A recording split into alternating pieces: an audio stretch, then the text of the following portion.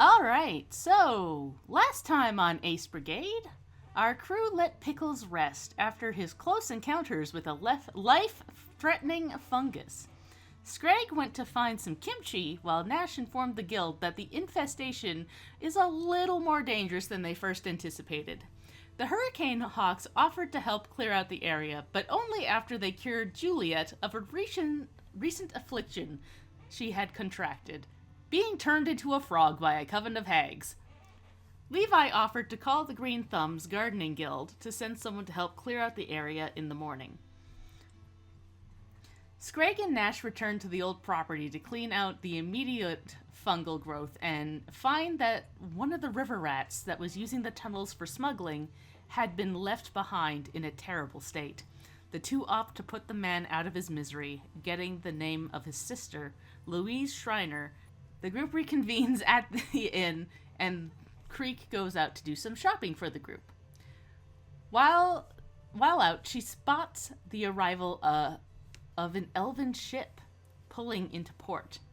Seeing a few elves being ushered towards the foreign embassies, Creek gets hit with a feeling of nostalgia and apprehension. Later that night, Vaz finds herself outside after a bout of sleepwalking, down the shore near a sea cave.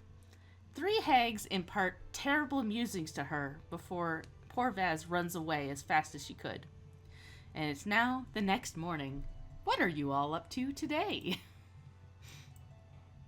Let me go ahead and do my rest. That was at 8 points. Yeah. Now I'm at Actual 12 hit gaming points. stuff. I have to go tell someone that her brother's dead. Can I bandage Gertie Bummer. real quick? Yeah. Oh wait, I think I actually already did my rest last time, so I'm still actually should be at 8. Yeah, I'm good. Yeah, I think everybody did I didn't even get rest. damaged last time. I don't even think I got damaged last time. No, I Is it don't okay think if I so. bandage Gertie once in the morning, once in the evening? I mean, if you roll medicine Okay, checks for several it, times. yeah. That's the plan.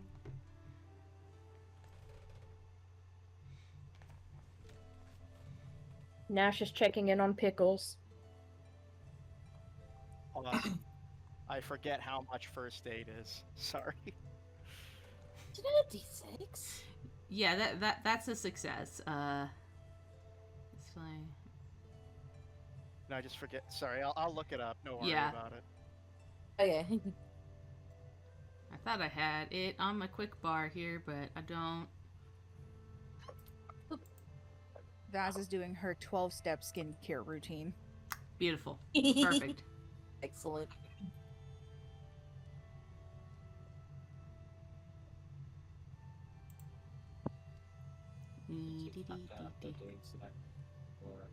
Treat wounds.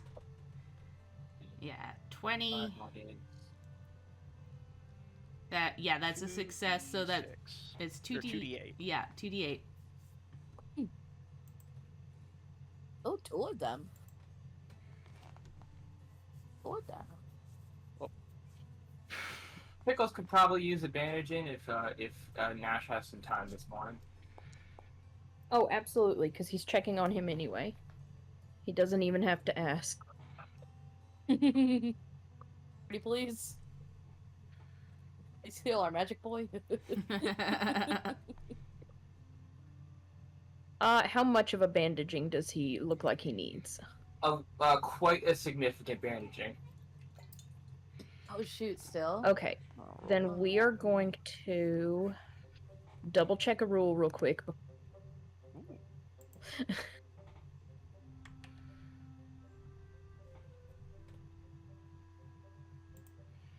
Okay, double checking. Alright, you're only immune for 10 minutes, which means I can risk it for the biscuit a little bit since we've got downtime. We're going to try this at a DC 20. Nice. Oh yeah. See if we can get a little bit more healing in one go. Hey. Okay, Yeah. let me find my right. Gertie is 1 away from full. Nice. Nice. That's the 5. There you go, 25 band-aids for Pickle. Nice. 25 healing to me. 25 whole band-aids. Just Yeah. Covers him in band-aids. There, all better. He needs it. I will probably spend this morning, given it only takes me 10 minutes for any rank of spell, just trying to clear out these, because I have 3 spell scrolls that I haven't attempted to learn, so I'm probably going to go ahead and try all 3. They're all rank 2 spells, Okay. so I might go ahead and do that, if that's cool. And that'll be, as far as the spell learning materials I have, that's a total of 18 gold pieces worth of spell learning materials, which I don't quite have enough for, but we'll see. I can just spend the gold for that. I assume that we can, just have me spend the additional money. All right, so I'll do the DC for those as listed in the learner spell is 18. So.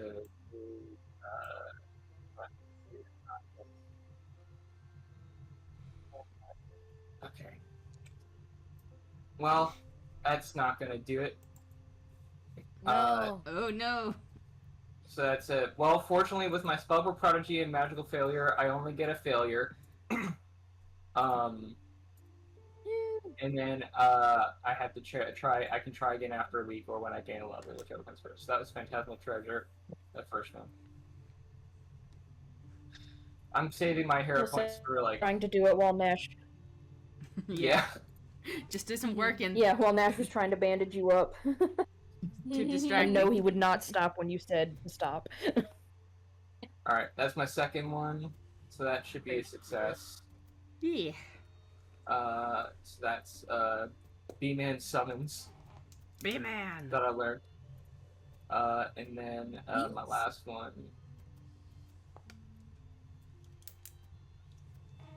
I think I want to hero point that one. Go for it. The dice are not nice today. Okay, That's better. 25. Starting strong. Okay. So I expend my materials. So I've expended 12 gold worth of spell learning materials. So I have 4 left.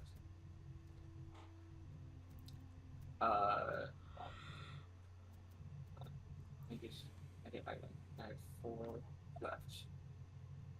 Yeah, and I've learned Rubble Step and B-Man Summons. So yeah, that's my spells cleared out for now. No, it took 30 minutes. Cool.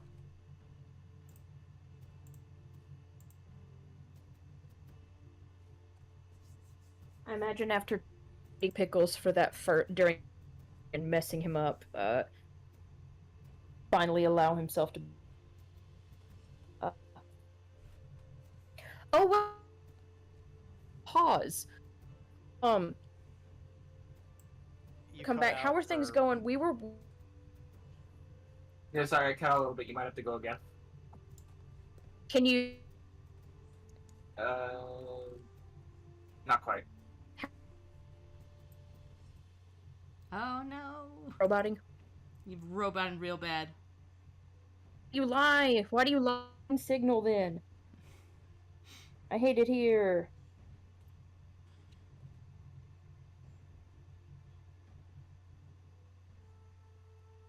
Punches shoves internet in the mouth. God, let me talk, please. Come on! Let her play. Please. Let her play. Let her play. Please. Please. Can I be heard now? Last. Yeah. Yes. Yes. Okay. I was just gonna say that technically I just read that Nash would have been at the mushroom place in the morning. So Oh, yeah. unless anything bad was going on there, he excused himself to go check on Pickles. We can say that and to do something at the mushroom place first. Yeah. Yeah. I think you part yourself from the Hurricane Hawks who spent the night there and go see the Pickles. Yeah. At which point, after being shooed away after ruining his first spell learning, Nash would have excused himself to go have his morning coffee at the guild house. Excellent. Scrag will which actually... I will roll for as soon as I find it. Can Scrag join Nash for morning coffee this time? Yeah, I was gonna get some coffee. You want to come join? You want to come join Nash and Levi time? Oh, sorry. Never mind. No, he did not like mean to listen. stop If Scrag said he wanted to go, that wouldn't be a big deal. He's gonna have to deal with them still probably flirting some, but like Nash would not be bothered by that at all. Scrag probably You can won't come have even coffee notice. with him. Yeah, Scrag would like to go have coffee. Yeah, come have coffee. I'm gonna roll to see if I successfully have coffee or not. Can I also... You're gonna drink the Do you want some blood eye coffee? I think I'll have, like, the weaker coffee, just regular... Yeah, I Levi. was gonna say we do have some normal coffee. Yeah. Yeah, Levi Just would have offer you the normal coffee. cup of coffee. Maybe, Just like, a rolling little... for coffee is so funny. I don't know Hard. what type of coffee Scrag would like. Probably something very organic-y. Oh, would he drink the mushroom coffee? Oh, Scrag would- Creekwood. Scrag would actually totally drink the coffee that's grown in shit. Yeah, that makes sense. Oh yeah, Yeah. the cat. Oh, the Coupe Luau. Yeah. Yep, cat poop coffee. Yeah. Wait, it's a cat. It's cat shit coffee. I didn't know that. Yeah. Well, it's like a wild type of cat, but yeah, It's wild. it's Yeah. like a. Civet. Toxoplasmosis. Yeah, There we go. I was civet, like, it's not a serval, but it's something like that. It's a civet. Yeah. Yeah. Yeah, he'll just have some regular old coffee, but like no milk. Like he takes it black. Absolutely, because I don't know if reptiles can have milk. Yeah. I would Huh. imagine they're lactose intolerant. Would you have a milk substitute like almond milk or coconut milk? Scrag probably drinks coconut milk on the regs. Yeah. Like again, I kind of picture if it's grown on a tropical island, Scrag has probably had it. If it Yeah. isn't, it's 100%. probably quite foreign to him. I don't imagine Levi would have coconut milk at his little kiosk, though. That's yeah. What? Coconut milk or like hazelnut mixture? What the fuck?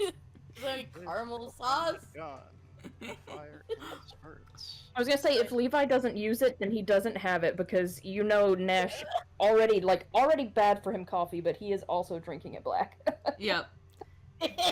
Like, this isn't a coffee shop. This is the Horizon Walkers Guild. This is the, like, It's just the Levi's desk. Yeah, this is the It's coffee turning into machine. one. It's the coffee machine you'd find in an office in that it's Yeah. literally just a pot and, like, a little hot plate. Yeah. Levi's cafe. Yep. Turning into a Starbucks. All right. No! No. Levi would never. No. Actually, Oh, the You'd prices have of the the drinks have cool- tripled. They haven't changed. No! at all. You would have the cool like You would have the cool The mom and hipster pop coffee shop. shops. Yeah. Yeah, that's the one. Okay, anyway. The ones where the barista is just the most pierced man you've ever seen, and the coffee is exquisite. Yeah. Fuck yeah. That's the coffee shop AU, but this is just Yeah. it's whatever Levi Sorry. has lying around, which is he boils you up a coffee. He sips and goes, "Ma, you brought a guest today." Sorry, Scrag can go. It's all right. I don't mind sharing my morning.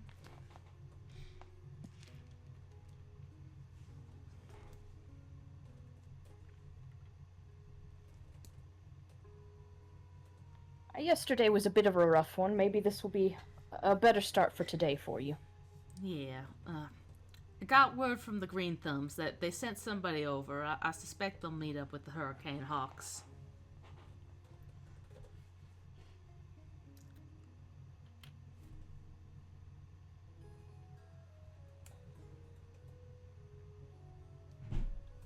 In the meantime, Scrag, I suppose you and I should go obtain a permit for the fire we already started.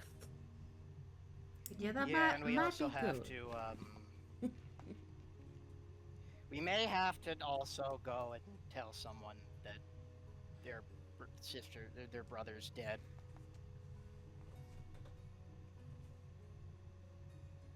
which I don't think I'm going to enjoy very much. Oh shoot, you found a body down there? Oh no, that part is never. Well, in a manner of speaking. What's left of a body? Ugh. It's complicated. I'd rather. It's. That's alright. It's not pleasant conversation for breakfast. Yeah, sorry.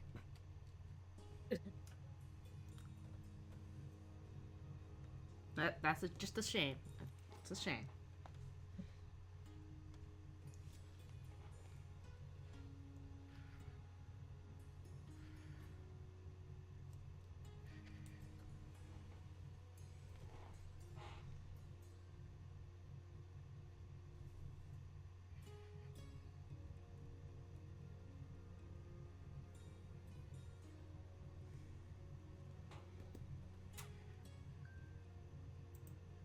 Well, if we are going to break the news, we're going to have to locate them first. I think we We should know go our to lead the is- Lockhart. Oh, sorry. Continue. We could, but given their ties with the river rats, we may have more luck going directly to the river rats. Don't love going directly to the river rats, but it might be the best option we have at this point. Well, We good at least luck, know you. too that we are in. I won't say good favor with, but we're not enemies yet. Screg does not like making enemies. I don't think anybody likes making enemies. Depends on the enemy. Well, that's true.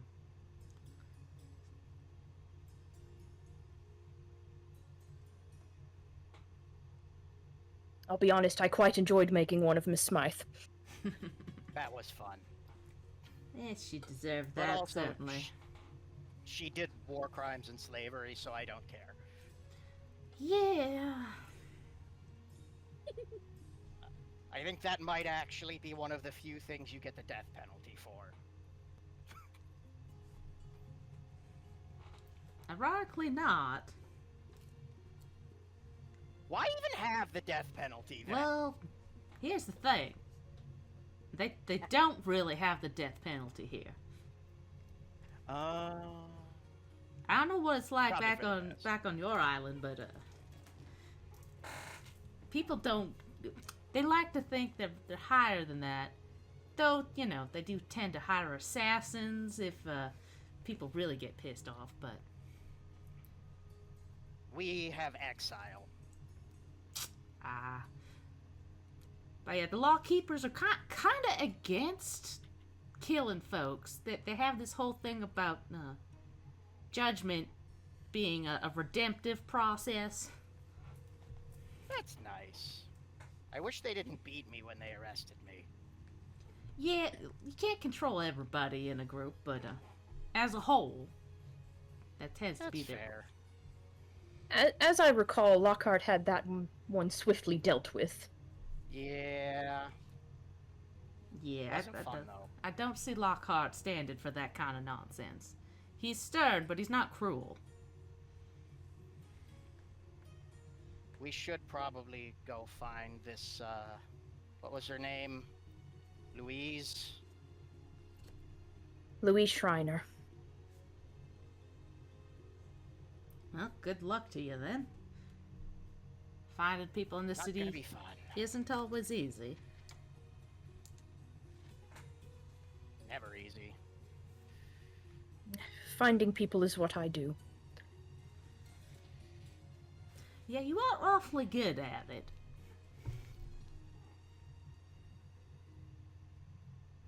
Why, thank you. I am incredible, aren't I? And he's gonna drain the last of his coffee and get ready to head out. Smirk on Levi's face.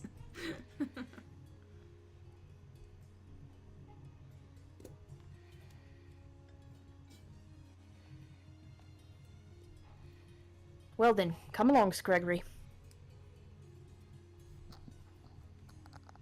Okie dokie. You know, that thing you say when you're about to go inform someone that their mother is dead. Okie dokie, artichoke. Okie dokie. Oh no.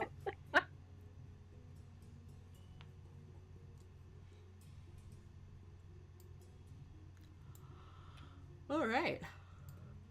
All right, so we're headed to the lower district, so we can transition to somebody while we're headed that way. Yeah.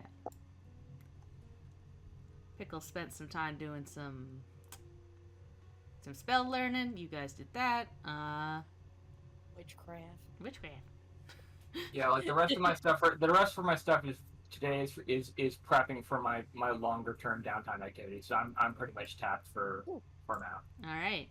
So, Creek, what are you up to?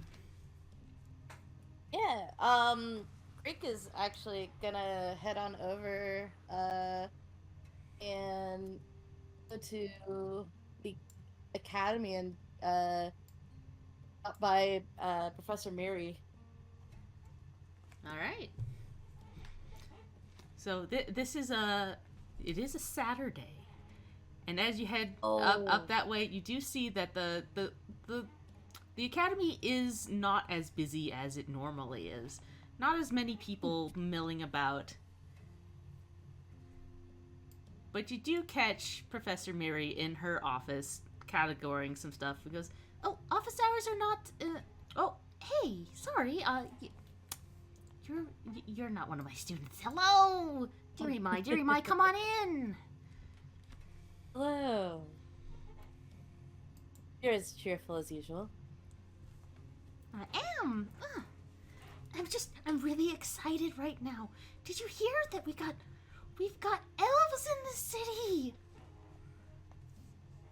Yes, I saw them pull in from the docks. It was quite shocking, really. I'm going to have to set up a meeting to go see them. I have so many questions. Actually, I'm the same as well. If possible, could I by chance accompany you? Oh, of course. I'm going to be sending a formal request to get a meeting later this week. Would that work for you? Yes, of course. I was going to do the same thing, but I'm not too good at paperwork and official things. Oh, of course. It's not everybody's bag. I personally love paperwork. It's just so neat and tidy and gets everything done. No wonder you're so intelligent. Thank you. Then, my second question was actually if I could borrow my journal back, but it seems like you and I had the same idea. Unless you weren't gonna bring my journal with the... Oh, I The think stories. I've copied down all I need. You can have it back if you'd like to flip through it before heading over. Get your thoughts in order. Yeah, I really want to ask their opinion on those stories I saw and what they think of them. Excellent. That sounds like a good idea.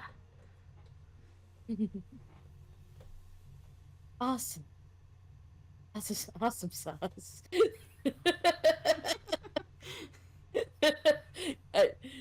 She tilts an eyebrow. I was gonna say, yeah, I was gonna say Creek does it. No, Creek says that.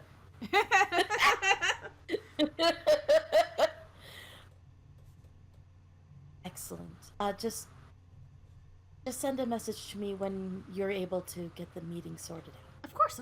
I really appreciate this favor. Thank you. No worries. And she grasps your hand and goes, though they probably would see you without a meeting. There's so few elves here. You would think so? They might. But I'll let you know. Thank you. I'm no one special. But Oh, please. Of course you're special. Aw. never... Genuine heartfelt. Aww. She gives a little smile and goes, I've never met anybody who wasn't special.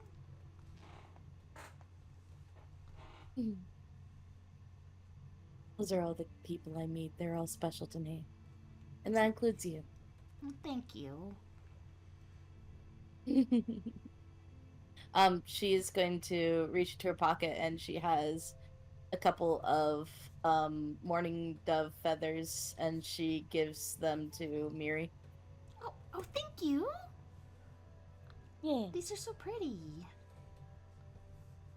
A token for your favor. Thank you. I appreciate it. Awesome.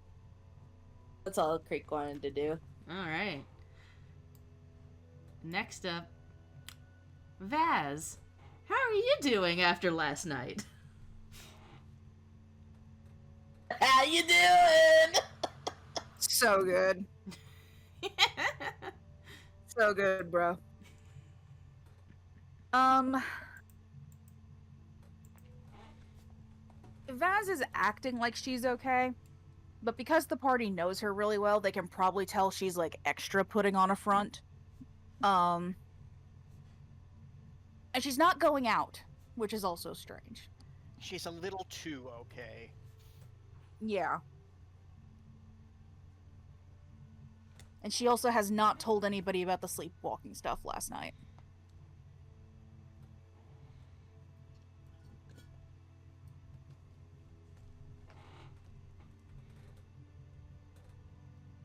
Yeah, I think Bastard has taken turns lying next to you and then lying next to Pickles and kind of like pacing. There's Bastard getting overworked.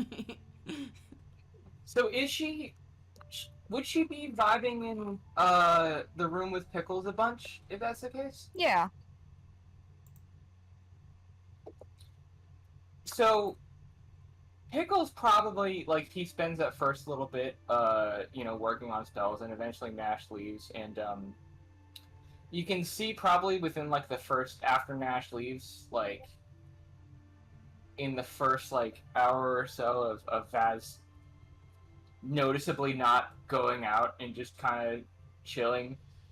And Vaz would see Pickles like he's got one of those like drawings that he was working on the night before, and he's preparing some notes and stuff, and like he's you can see he's gearing up to like actually like make this into from a theory into practice. Like there's definitely a shift in him, but eventually he does that thing when like when you're in like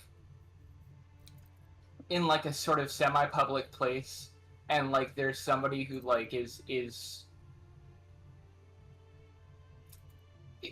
like a I guess like probably the best thing like if you're like working retail at like in like you're like behind the cash register and like there's somebody who's like by the cash register and like they're not like actually checking out, like they have something in their hand or like they look like they're ready to check out and they're just not, and they're just kind of sitting there, and like eventually you kind of want to just ask them, hey, are you gonna do something? Pickles kind of gets that kind of vibe of like he keeps looking over at Vaz and like with increasing frequency and like not annoyance but like concern and like a little bit, admittedly partially because Pickles is a little introverted. He's definitely like getting like a little bit of like a little antsy, and eventually he like sets his stuff down and like just sort of a small exhale, and he goes, so what's up?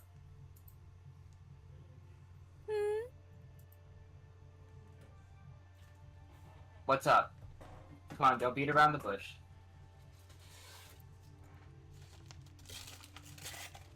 Well, I mean, we can't expect only Bastard to babysit you today. You're still quite under the weather. Horseshit. As I know you well enough to know that this is not normal behavior for you. You'd be out and about schmoozing with people, or at least enjoying. You're a people person, Baz. The weather's not great. Agreeable. Pickles will look like at the like sort of glance out the window where like the sun is shining beautifully through, and like there's like a couple like clouds. The sky is very clear. Tiny little bluebird lands. on the Birds are window. flying by singing. Yeah.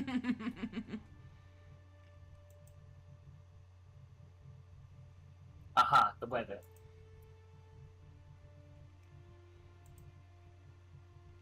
Yes.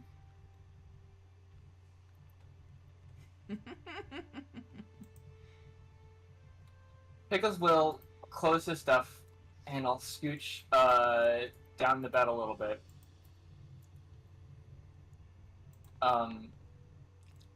He's not really wincing in pain anymore. Like, Nash did a pretty bang-up job. Like, obviously he's still a little sore, but...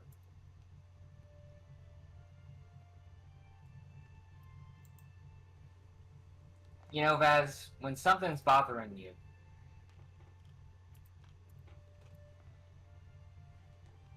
I think you're the kind of person where you tend to push a lot of that stuff under the rug.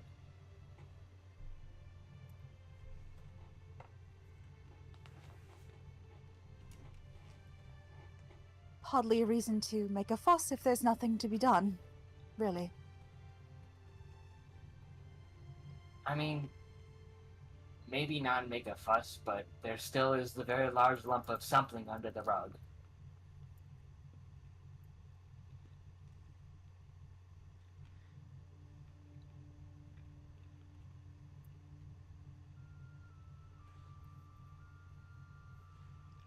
If you don't, Pickles kind of shrugs and goes, if you don't want to talk about it, that's okay, but if it bothers you, it's important to you, and if it's important to you, it's important to me. We're friends, ain't we? Dearly. If I had some shit that was bothering me that I didn't feel comfortable talking about, you'd care about it, wouldn't you? Of course. I just... So what's different?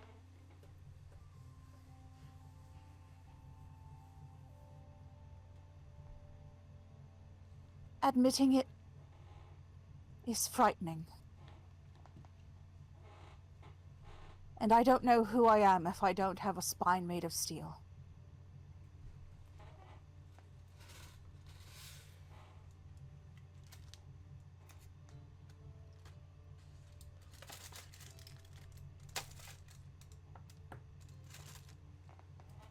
You know, I know it's a cliche. There's that whole cliche of, you know, courage is in the absence of fear. It's being afraid and doing it anyway. But I've always thought that one was a little not helpful because you're still afraid. So I guess instead I'll say, you're allowed to be afraid, Buzz.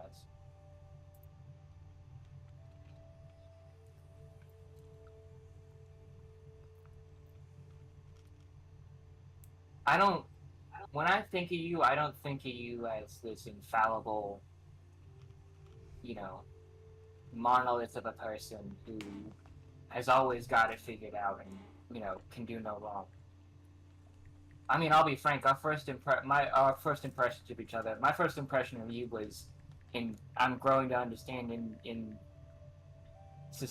human society, not a flattering one. I saw you probably at, not your lowest moment, but a pretty low one. But I don't give a shit.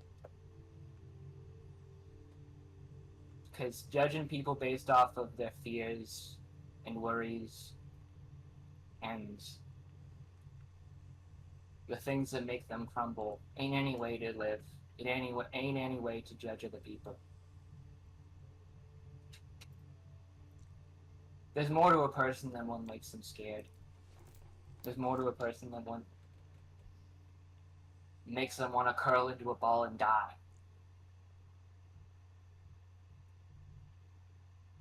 But see, there's the problem. I don't want to die. I want to live, but I am afraid of what continuing to live will entail, and I have to hold on so damned tight to who I know I am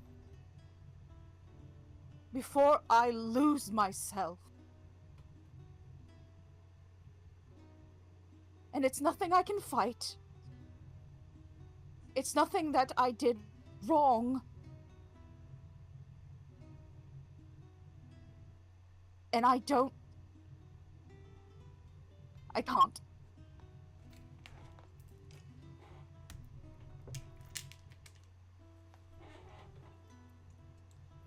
I can't.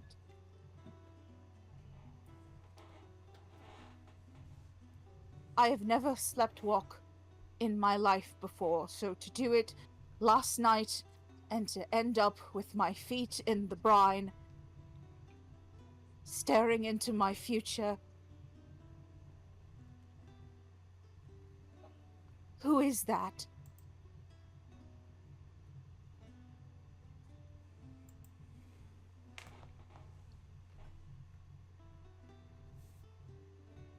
Pickles will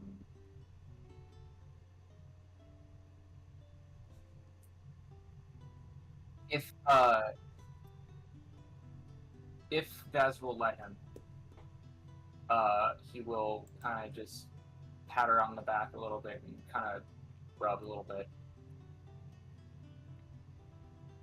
Yeah, she'll let him.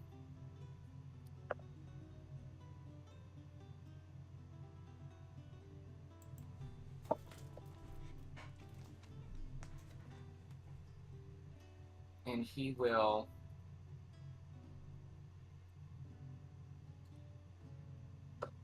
look at her and he'll say, that person is Vasilisa Katerina Sofia Zenvia Videnkovskaya. And she's got a lot on her plate to deal with. But whatever you saw staring back at you,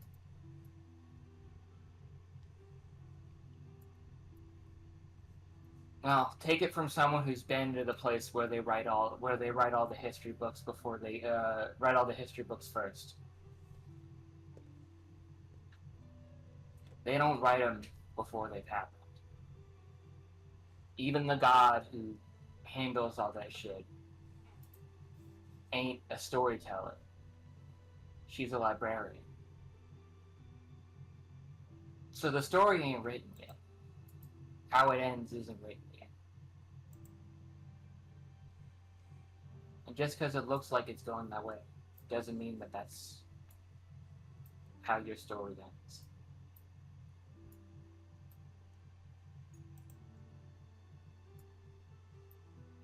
And you can be damn sure that all the people around you, including, he kind of pokes her in the cheek, this one right here,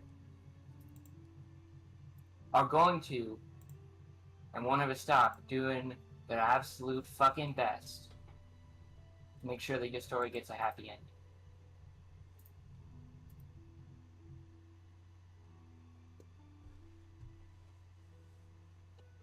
I know.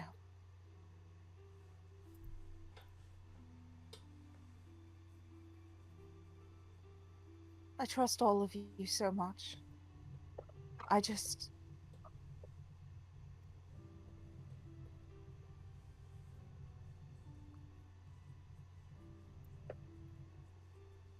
worry that whatever possessed me to walk to the shore last night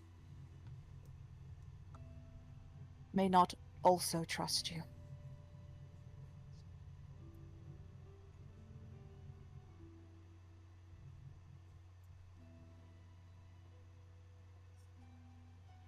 Pickles will be kind of silent at that for a second.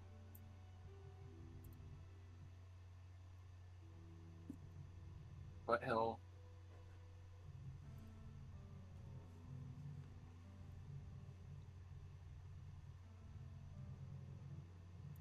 just kind of nod a little bit and go,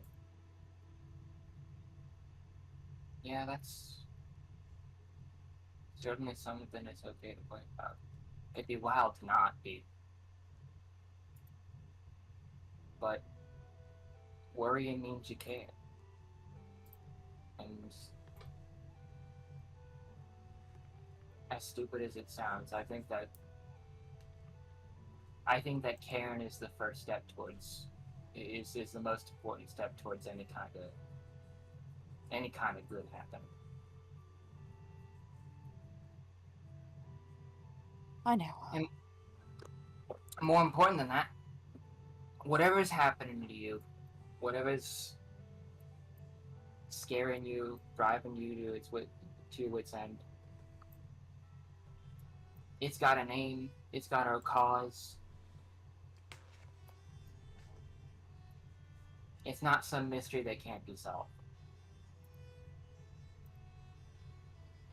Every puzzle has an answer afterwards.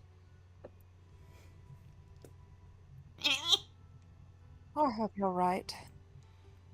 I've been right so far. I don't know about that. I mean, I've got a solid at least 85% success rate.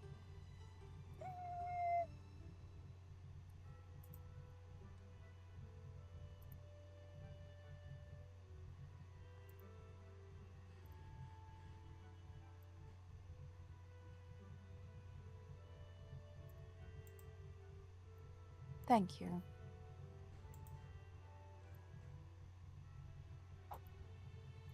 I just need time. I think. Don't we all?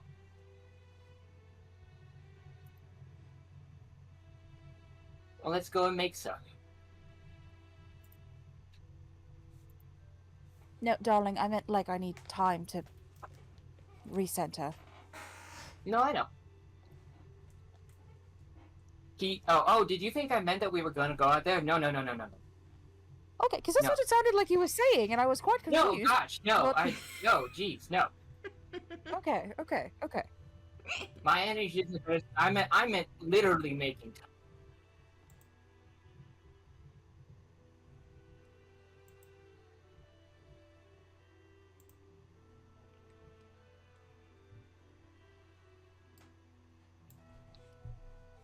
And he will return to his work in crafting his stuff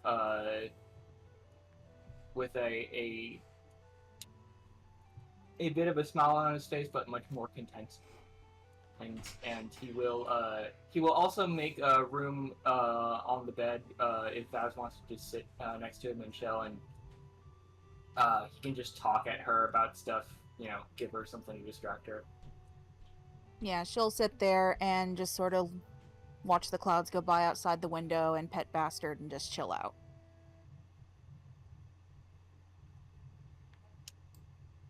All right. As you all are chilling, I think we'll jump back to Nash and Scrag.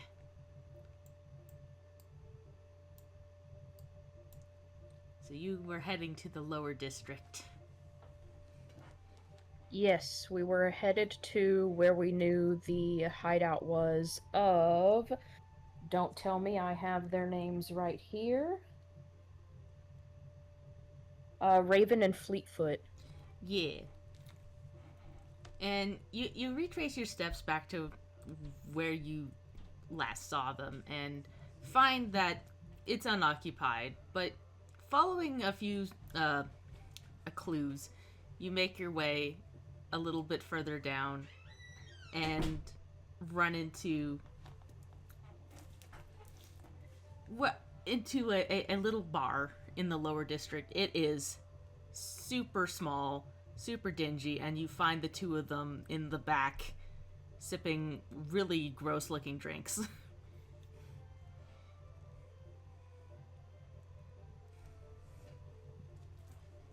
Nash will wander over to their table like, goodness, this early in the morning.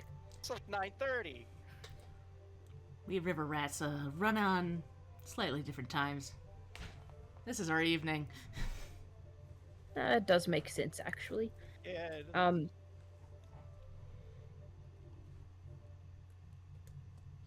We were hoping you could help us find somebody. find somebody. Well, who you looking for? Louise Schreiner. Fleetfoot kind of like ears perk up and he looks over. Why are you looking for Louise? We found her brother. Ah, shoot.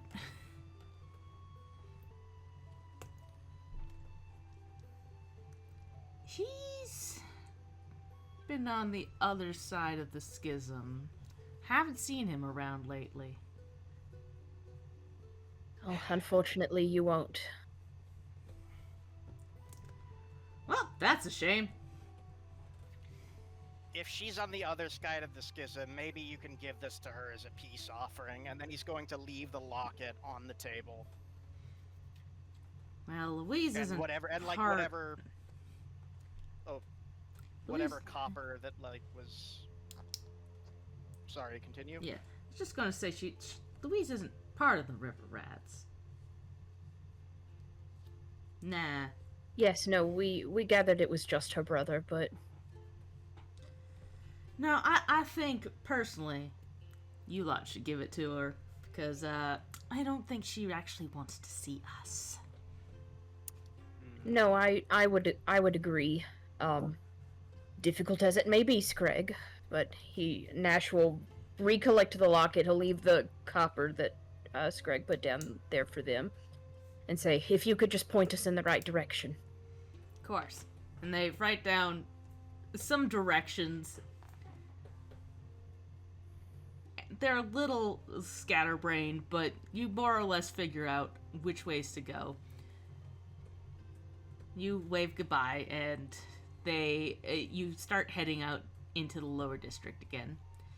Twisty and windy, it's just houses clumped so tightly packed. You get a little dizzy almost going through this part of the city.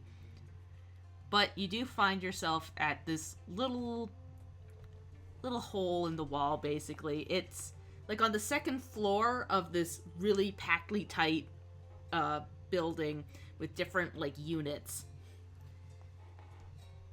And not like they're not units in the way that a nice apartment building would be laid out. They're like stacked on top of each other. One wrong move and this is going to fall over kind of deal. Mm-hmm. And you knock on the door. And the door like creaks open a little bit and you see like a chain on the other side and you see like a green eye sticking out staring at you. But we don't want any. We're here concerning your brother. We don't want any. Then take this at least. Are we speaking with Louise Schreiner? The door does a quick close. You hear the chain jangling, and she opens it up proper, and you get a look at this woman who is like little round in the face. Her hair is just not cooperating. It's like blonde and sticking out in bits. Her outfit is dirty, and she just looks very tired, and she looks at you and goes, "What do you do?" Oh dear. Look, if he's stolen from you, that's not my problem, okay? It's not anything he did. Ma'am, your brother, and I'm afraid, has expired. What? He's dead, ma'am. I'm sorry. You know, I was expecting this. One of these days, somebody was going to show up and say, "Your brother's dead," because it wasn't the way you think. Oh, he wasn't the way I thought. The thought that he died, that he was going to die because he stuck his nose in with those damn river rats, and That wasn't the thing that happened. It was a little different. all right. It was purple pox, if you must know. I have no idea what that means. You Suffice may to not say, wanna know. terrible terminal illness. And there was nothing to be done. Well, I suspect he caught got too it. late. I suspect he caught it while doing hell knows what's with the river rats. Look, I tried to warn him. I tried to warn him. I'm not trying to tell you how to live your life, Bam. Nor are we here to tell you what you must think of your brother. That is between you and him. We are simply delivering this. He's gonna hold out the locket, but he's gonna kind of gesture for Screg to put out a hand for it because it is currently shadowed if he's holding it. Yeah, he will take it and then kind of awkwardly hand it over. I'm not saying you had to like him or anything, and maybe your brother was a real piece of shit, but we asked him who his next of kin was, and he did say you. For all that's worth. She takes the locket and kind of flips it open, sighs, flips it closed, sticks it in her pocket. I'm very sorry. No, like I said, I was expecting this. The river rats jingle all kinds of interesting things in front of you. You'll get out of poverty. You'll get all the things you want and more. And it just ends in tragedy most of the time.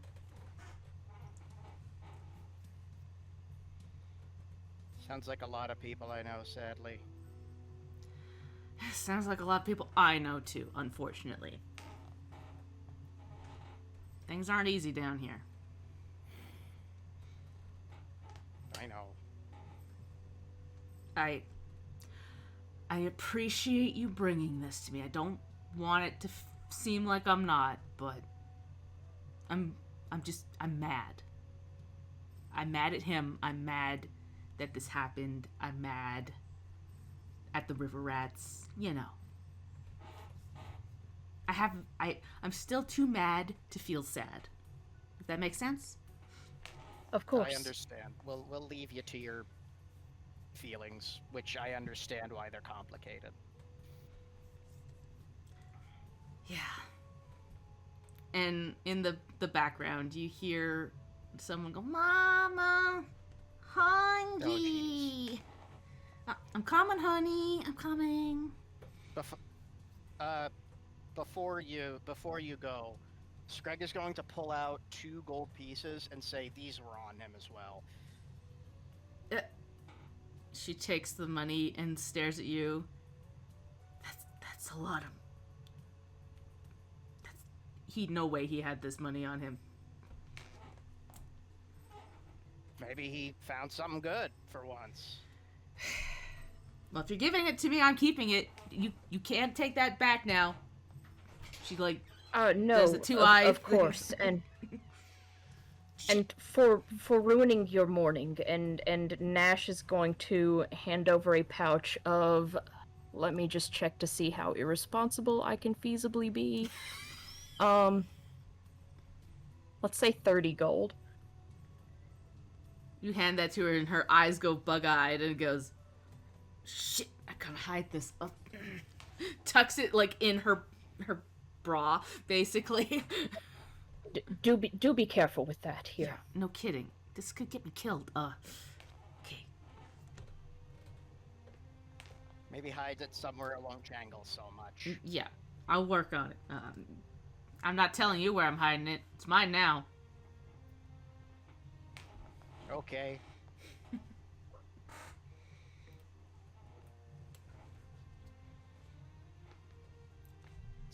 It's okay to not feel upset if you hated your brother or thought he was getting his nose into things he shouldn't have, but, he is your brother, so... Was my brother. He's worth. dead now. Oh, boy. That only means so much. Well, I guess We not won't take any more. Family. It can get complicated. We won't take any more of your time. Thanks.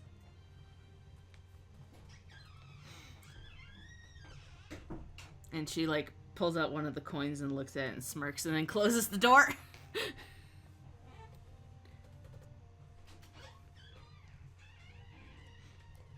Well, doing the right nothing thing can go is wrong always, with that.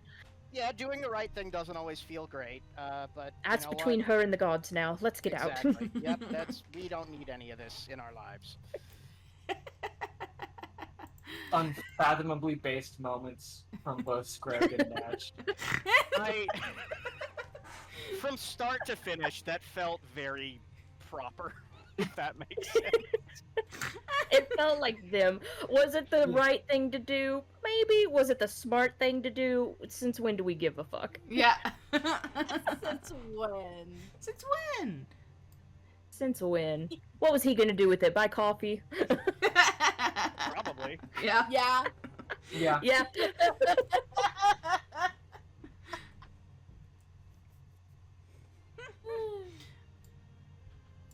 All right. You know all those goofs about how like an adventuring party rolling into town could feasibly crash an economy? I Yeah. like how we're doing. I like how we're doing not that. See, that's why Yeah. I gave 2 gold pieces, because like that's like 2 months' wages for a peasant, if I'm not mistaken. Yeah. Girl's gonna squirrel that away. And I mean, listen, you set up Nash to be able to say, "Oh, we can give them money now," and just You want me to like cover half of that? Because Scrag has about. Scrag is gonna like no. convert 300 gold pieces. Nash is going to put a hand over his mouth when he tries to Yes, whisper. He's still gonna do it. He's gonna say, "Don't worry. Check with me at the end of the week to make sure I can get on that airship, and we'll worry about it then."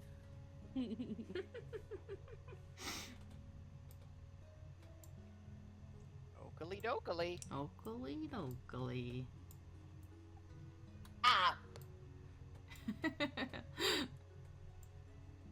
All right. Anything else you wanted to do this day? because I only spent like 30 minutes, like on the actual spells. Can I cast as day 1 of my setup for one of my inventor Yeah. crafting days? I'll say okay. you could spend the rest of the day like setting up that stuff. Okay. Just a lot of what we've got going on feels like it'll take several days to do things. So Yeah. it's too soon for Creek to get the audience. It's too. Yeah. Agree. I want to check in with everybody Yeah, before we move time forward. Nash has a request for Vaz, but he'd probably wait a couple of days for that, especially if he got back and could tell the vibes were off. Yeah. Vibes are kind of For rancid, or like it an seems. outing. The one thing he would need to go ahead and set up for the rest of the week is to go see Ruhi. Yeah. I think you check in with her and she sets up some time. But she's a little busy today, so she will kind of make some appointments throughout the week to come see her at about lunchtime every day and shoo you off. I think before we move any time forward, though, when you do get back to the inn, Hudson will look at you and go, "Hey, I got a letter for you." For whomst? For a tall shadow man. Oh, that would be me. Nash will Let's try approach to me. get his letter. Yeah, and you Greg, who is like 6'4", is like, he's not that tall. Nash is 6'3", so he just kind of looks at him like, tall enough. It's true, you were taller than me when... Never mind. well, here you go. And Greg like is going through a growth spurt. Sorry, continue. Does Greg have? Is he jealous of Nash's height? something like that, it Sorry. seems like. Sorry, he's taller than him now. Give me a little I mean- If you include the horns, Nash is still taller. That is true. Never mind. Yeah. Have an inferiority complex. Sorry. Not really. What's in the No, letter? Anyway, letter. I got a letter. Yeah, what's better? Yeah, but before he hands it over, you do see in familiar handwritten text your name, and you recognize it as your sister's handwriting. Whoop! Sorry, I kicked something under my desk. That was Nash tripping over himself to get this letter. Yeah. Got so excited, yeah. And you do your normal routine, I assume, of opening a letter and then like putting it on a table and pulling your hands back so that it can unshadow. Yep, spreading it out nice and then... Alright, and the letter says, Nash, brother, what have you gotten yourself into? Of course I'll meet you at River's End, but I'm afraid that's the extent of my availability for whatever mission you have found yourself on. You'll see why when we meet up, but it's not something I wish to tell you over a piece of paper. I would have been sending this message via Mechanical Bird, but I'm struggling to find replacement parts for the one I sent. So if you do still have that, please bring it back. I will bring Sweetums, as requested, and I'll meet you at the Red Hawk Inn. You know the place. We stayed there once when we were passing through. That old lady that runs the place, she's blind, and, she was one of the first people that didn't turn and run when she saw you. Anyways, see you then. Love always, Moxie.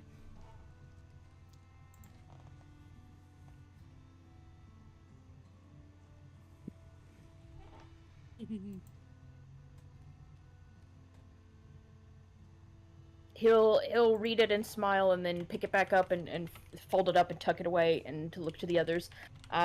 Good news! My dear sister will in fact be meeting us there at River's End.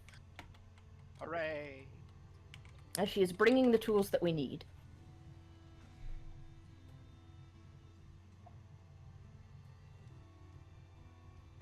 Excellent.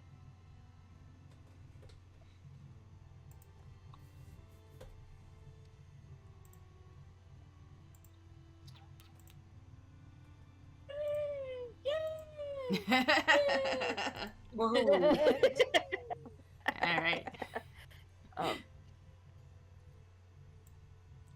Alright, anything else for the day before we shift? For I me. am good. Your sister must be very smart, Nash, because as someone told me brevity is the soul of wit. she's used to my antics by now. I like your antics. I do wonder what she meant with... I shall see when I get there. I would understand her just simply not wanting to go into those mines with us, but... Well, we'll see when she gets here. When we get there. No. When we get there. You know what I mean. Yeah.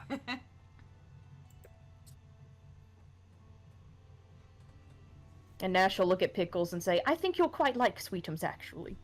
I'm excited for you two to meet.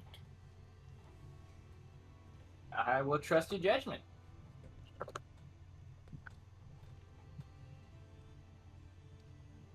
Anyway, I have to get back. I got some stuff I gotta bring to Blitzy tomorrow to finalize something.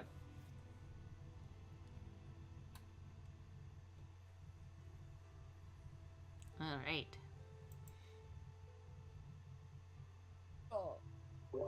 Vaz will head back to the inn she'd been staying at. Cool. Head back to the Seafoam Inn, where Hikari has some sushi ready for you. Does she take Bastard with her? Yes. Good. Oh yeah.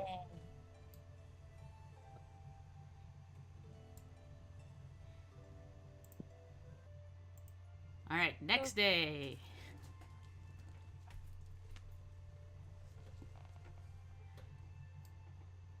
We check in on Pickles, make sure he's okay. Yeah. Pickles is going to, for this second day, as it's his second day of working on this spawning lodestone, formula he's going to do is he's bring it to Blitzy, bring his ideas to Blitzy, and basically attempt the crafting check. I don't expect to get any kind of aid from her on it. Yeah. For the check, I'm doing an inventor roll.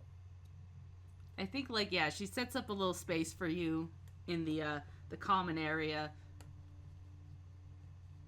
and gives you some tools, and that's about the extent of it. And she So kind of if we like go based off of- sits and watches Okay. you. She sits on a little bench and watches you. Yeah, like I'm not actually crafting he's probably doing like a little proof of concept, like a smaller version that's not actually useful. Yeah. And so I need to do for this because we've done 2 days setting up, and this is a 4th level formula. So the maximum price would be 5 gold pieces. I'm probably just going to pay the 5 gold up front, but I need to do a crafting check. And the crafting, I'm assuming the task level should just be the level of the item? Yeah. Okay, so the DC is 19 for this. And here we go. I literally just made it. It was a very close run thing. Yeah, like it almost breaks, but then it like clicks into place properly. Okay, and Pickles will kind of as this, and like basically it's a smaller version. It's probably about the size of an actual D8. It's this little sort of rotating bit of metal that has like these essentially what look like spike, like little bits of like iron filament all over it, and like Pickles will hold up like a bit of metal that he has nearby it, and sort of move it around this thing as it sort of rotates in this little space, and the little iron filings like move to attract to the bit of metal. And I will officially add Spiny Lodestone to my known formulas and spend the 5 gold on the formula. Cool. Epic. Yeah.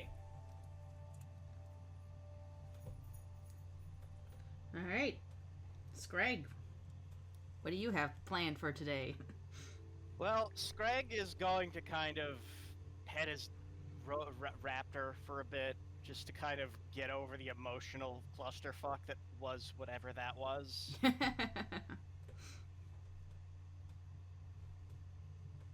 Because sometimes you gotta just pet the dinosaur. And then he is going to go to Lawkeeper Dixon. All right. You wander to the Lockkeeper's HQ, and you get let in. Wandering with purpose. Yep. Dixon Lockhart is behind his desk. Lots of paperwork. He looks up. Yes, hello? What can I help you with today? Do you know anything about the Imperial Army or Navy? There's a beat, and he just kind of stares at you for a second, and then goes, sorry, but what? My homeland is a target for Imperial invasion. I'm like 90% sure of it. That certainly is something, yes. You are aware that I am a lawkeeper in a city. I don't exactly have my finger on the pulse of foreign affairs. I'm asking you because I don't know who else... Wait a second, I know who else would know. Is Yes. Olympia in your custody? She currently is, yes. I know this is kind of a big ask. And the answer's almost certainly going to be no.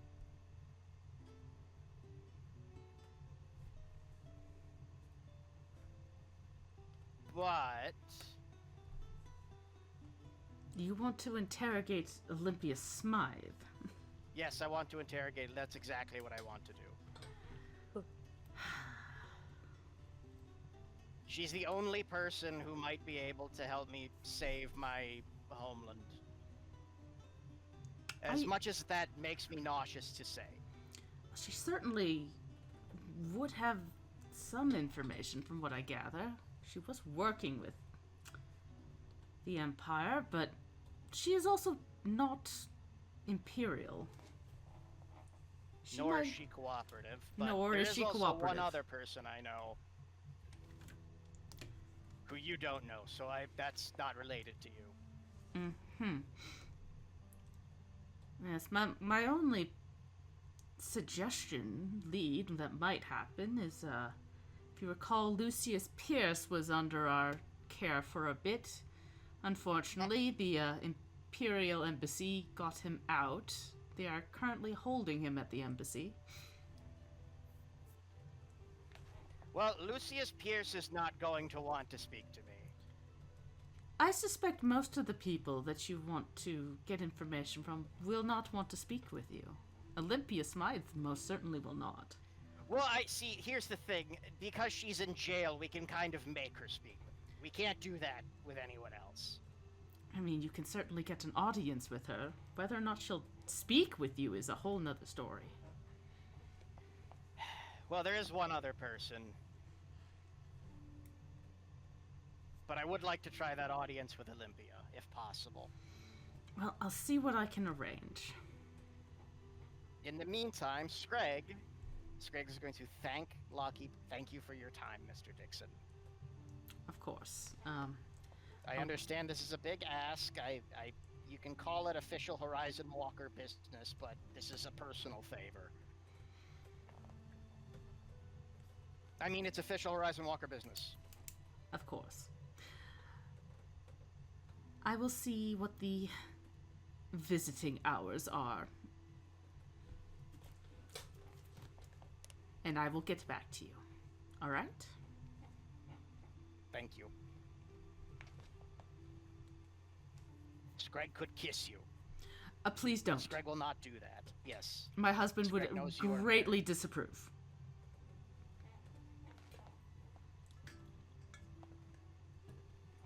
Screg will do finger guns as he walks out.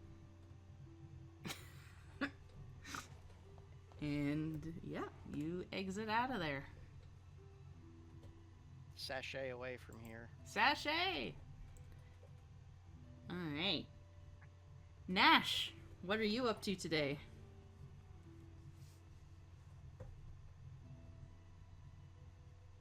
Ugh, I dropped my pen. Okay. Well, the first thing he's got to do is he's got to buy more of his special coffee. Because we're almost out. Buy more coffee! We will, in fact, he's going to go ahead and preemptively stock up. Good idea. While he's at it, just buy Hudson out, as he is prone to do. You're putting his kids through college at this rate. I do have more to do than just this, but I am going to go ahead and, yeah, all 15 of them, give them to me. Okay. Rolling for coffee, and then as soon as that's done, he is going to,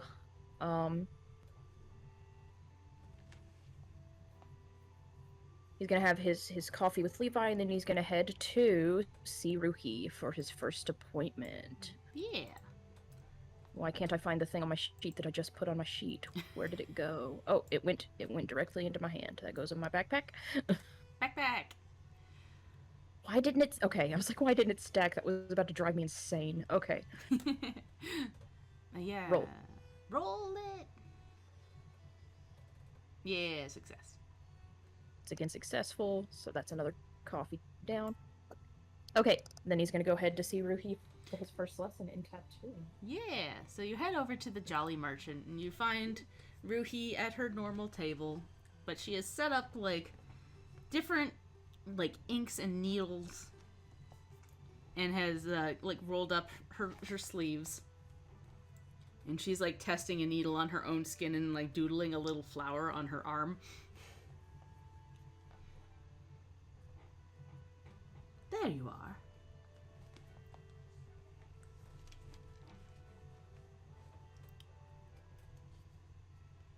Yes, I must thank you again for agreeing to help me with this. Of course. Now, I've set up a few things for you to start practicing on.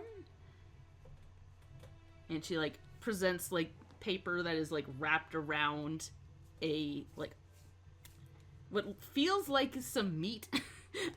It feels a little weird, but it's perfect for practicing on. Just don't poke too hard or you will get meat juice on you.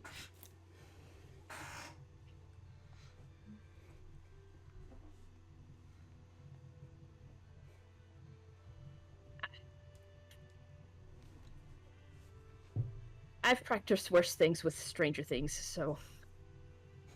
He does look slightly uncomfortable with it, but he's not super bothered.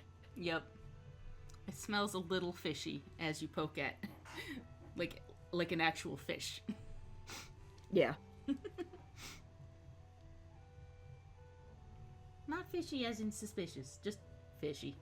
Yeah, as in fish, yeah. It's how the old fisherman taught me how to tattoo.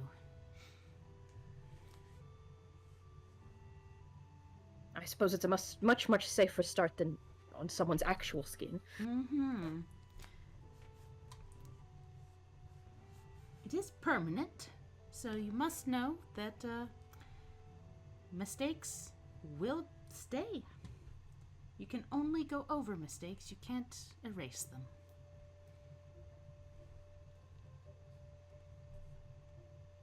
Are there really any mistakes in art? He jokes, but you can tell he is mostly just nervous. And she like rolls up her sleeve a little further and shows like this really wonky looking fish on her arm and goes, "Yes, mistakes can happen in art. Look at this."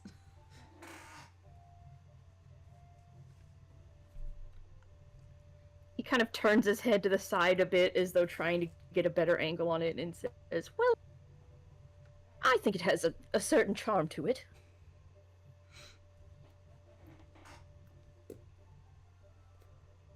One day I'll have. But this I do one see your covered point. up.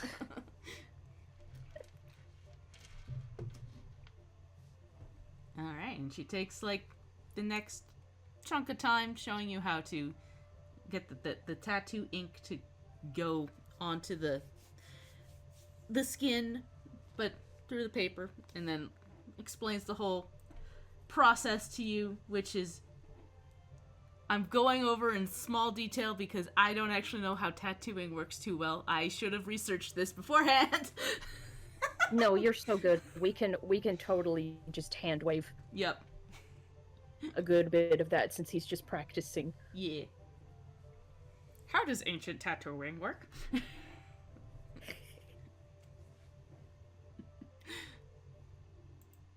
We don't have silicone skin to practice on like modern days, Yep. so we'll make it work. We Yep. make it work. It's a fantasy world too, so we'll say that they use fish. Yeah. Yep, it's fine. Is there do I need to roll something for to see? Yeah, that's pretty much my knowledge of it. Sarah is pointy bone and tap tap tap tap tap. Yep. The roll me a crafting check and we'll see how that works. Perfect. It's one of the few things I'm not actually trained in yet. That's why I'm here. Oh, fingers crossed. All right, so 17. 17's not bad. That's not bad for untrained. We'll say that as you like poke around, you get a good handle for like doing straight lines and making simple patterns on your first day here. Okay. I imagine he kind of figures out early on, like, he can handle, like, the tool in his hand being shadowed, but he kind of keeps the apparatus he's practicing on, the fish, like, situated where he doesn't have to hold on to it too much. finds a good groove with that. He will, as he's working on this, just kind of like casual chit chat with her a little bit, but he will eventually ask, "Do you think this is going to work? What we're trying to do with Levi?" It should work, but I won't give you the false hope. In that, I've never done it before. Not on one this powerful. I've done it on magical tattoos, altered them before, but not one divine in nature like this. With our skills, it should be doable. But as I said, I have not tried it. So I don't want to promise anything. You understand? He is going to... Can I make a vibe check roll? Yeah. I always want to call it insight, but we're all lumped into perception here again. But that's what we're going for. Sense motive. Sense motive, that's the one. Yeah. You get a vibe off of her that she's very truthful here. She is giving you no bullshit. This is what she believes. She believes she can do it, but that she has not tried to do this on like one this powerful before. Okay, and I'm not picking up on any like sneaky business, No. ulterior motive. Okay. She seems pretty straightforward with you. Okay. Then he's just gonna nod and say, "Yes, of course I understand, but I do appreciate you being willing to try more than you know." She nods. I tried my best.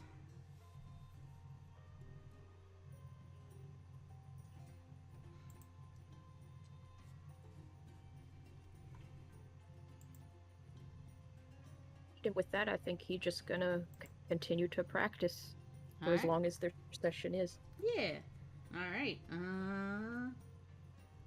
We'll go to Vaz. What are you up to today?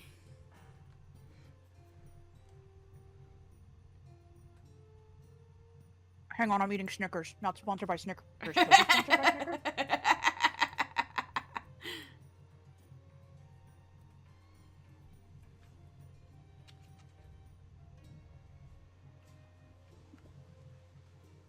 Okay.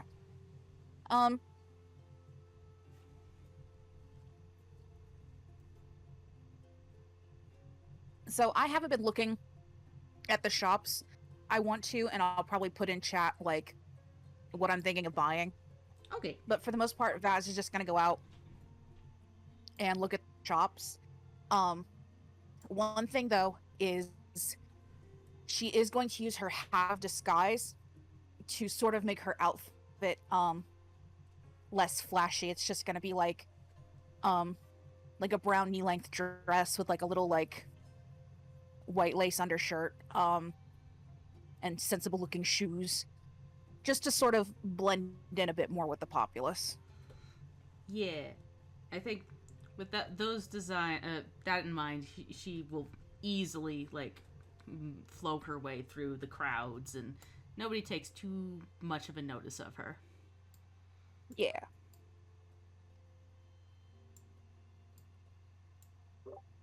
And yeah, that's pretty much it. Okay. And Creek. I think at the start of the day, you do get like a note from Professor Miri to say bright and early Monday morning. So tomorrow. So tomorrow, yeah. The embassy would be willing to speak to you and Miri. Excellent.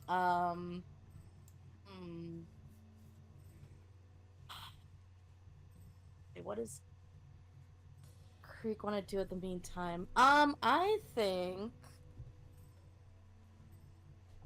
Fuck it, we ball. Creek is gonna go to the outskirts of town again and chill in the forest. Alright. Anything in particular you want to do? Not really. I think she's just gonna take like a nice little hike, and wander around because she doesn't really have any like thing to really do today. She'll just she'll just hike around, see what's out there. All right. I think you'll hike out there for a bit, pass by like the forest and stuff, and like find yourself circling back around to back to town, and you find yourself where the circus is set up. Oh. And you kind of like poke your head in and see that they're performing some tricks for people who have like come by. Mhm. They got some jugglers. They've got what you the man that you saw before, Davidson. He is got his draconic like creature doing like leaps in the air through hoops, and it stands on its back legs and like breathes out some like electrical lightning. Shit. It goes ooh ah. And I think you spent some time watching them perform their tricks. Nice. I was gonna say, do they have a tip jar? They sure do. Fuck yeah. Creek is gonna tip 1 gold coin. And the person tending the tip jar is, I think, Olive. And this teenage girl gives you a big smile and goes, "Oh, thank you so much." You're all very talented. We are. Yes, ma'am.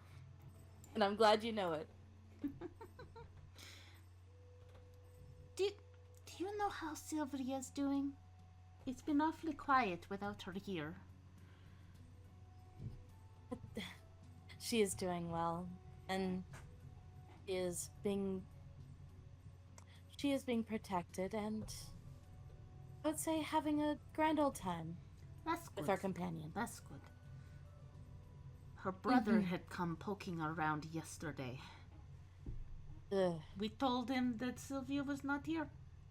He didn't believe us. We had to shoo him away. Okay, well, keep at it, and sorry you have to deal with the unpleasantness. That it is what it is, unfortunately. Mm-hmm. I I'd get the rath- feeling he's not gonna let up soon. Oh, sorry. No. Hopefully, we can distract him well enough before we leave. But until then, we've got our circus. People seem to be enjoying it so far. I certainly am. That's good. That's good. And thank you for letting us take care of her. Well, she seems to trust you all. She is a little too trusting at times, but she's got good instincts. I think she has a little bit of luck as well. Don't we all on this little circus? We've got Shibbledy. She can bend luck a little bit. Ever since we met up with her, things tend to go more or less our way when we need it.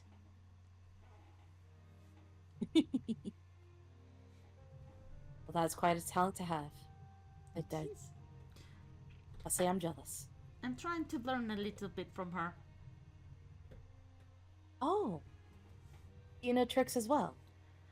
A little bit. Mostly I can tell the future a little bit.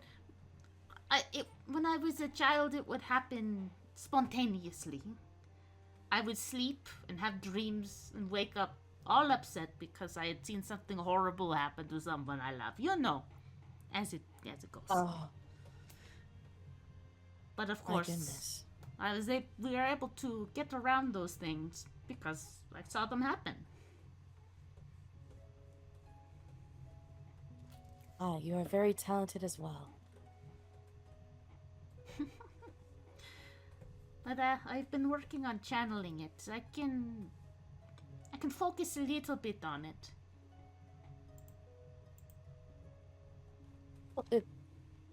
I mean, if I don't mean to impose, but can you happen to tell my fortune, little one? I might. I might. Oh, with payment, of course. Yes, brother always says we need to charge for our skills. That's a good brother you have. He's smart. All right. And she like pulls you towards like a little tent and sits you down on like some pillows on the ground.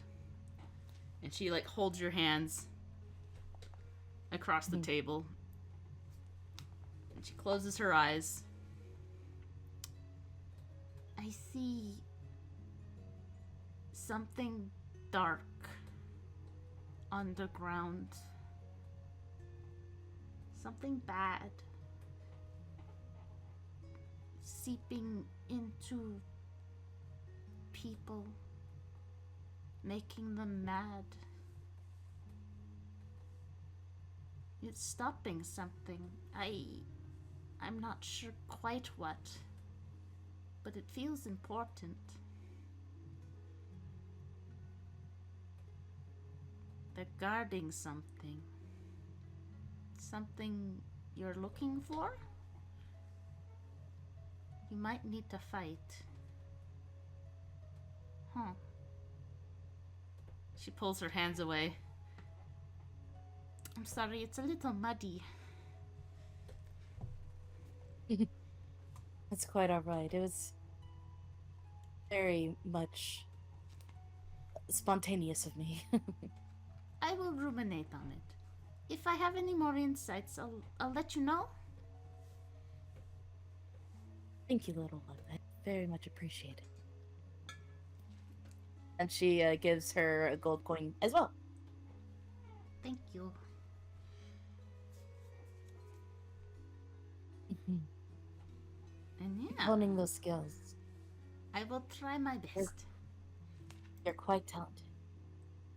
And a smart cookie as well.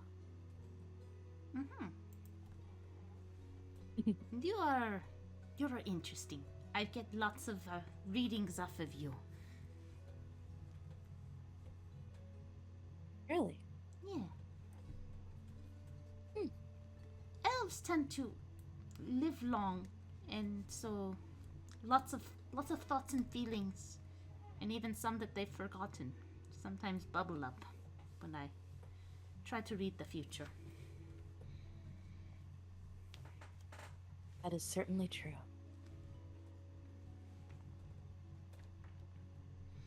Well, thank you again. I hope you all visit the circus again soon. Yes, and thank you as well. I hope you will become quite successful. And she gives you a big bright smile. Thank you, thank you. Freak smiles back. Oh, and actually, she's gonna she's gonna hand her some sunflower seeds. She nibbles on those. Very good. Make sure to eat healthy and grow strong. Thank you, thank you. When I was little, there was not a lot of food growing up. So everything is so unique out here. It is.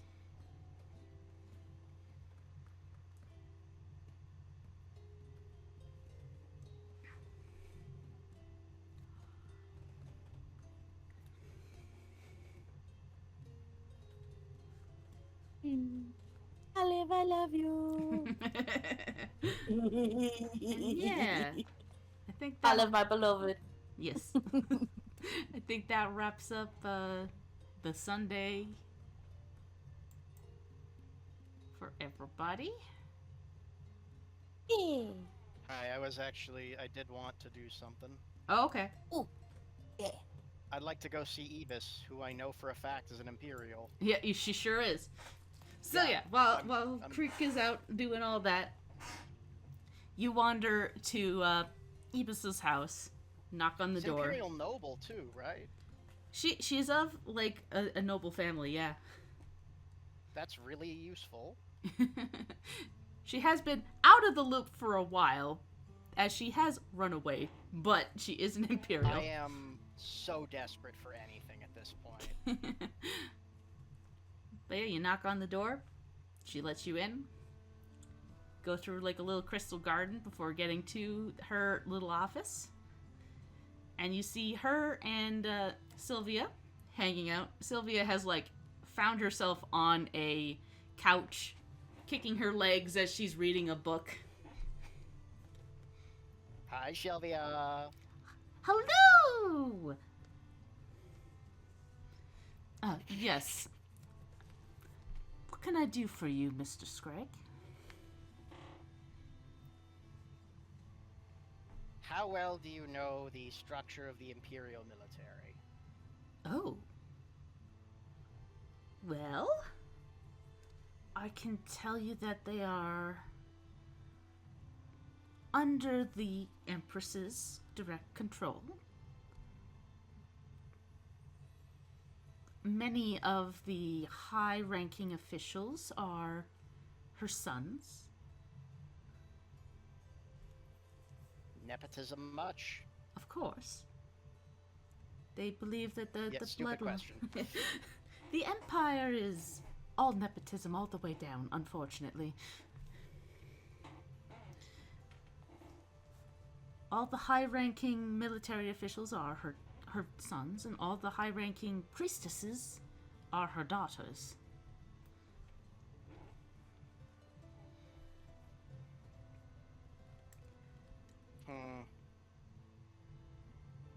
Many people apply for the military because it is very good pay.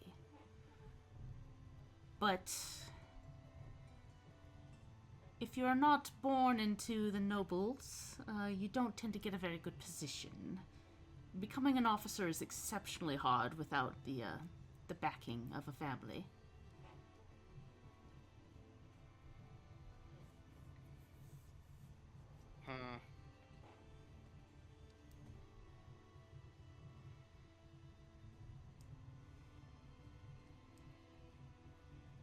So, do you know who is in charge of the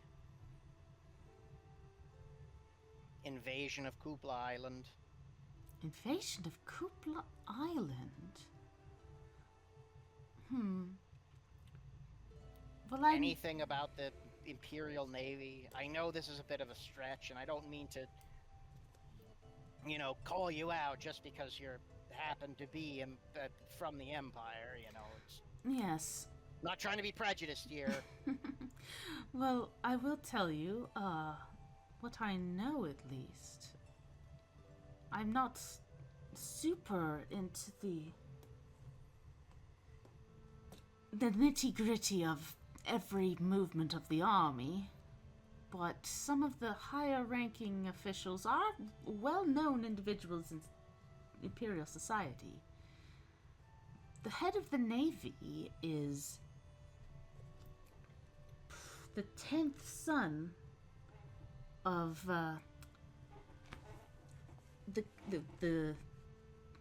Empress, the current 10th son. She has 10 sons? Oh, she's got more Oh, than right, that. she's immortal, I forgot. She's got quite a few more. When I say 10th, I mean 10th currently. The rankings do change when the older ones die. Yeah, I forgot the Empress was immortal. Yes. That is what they say, at least. But yes, the 10th son.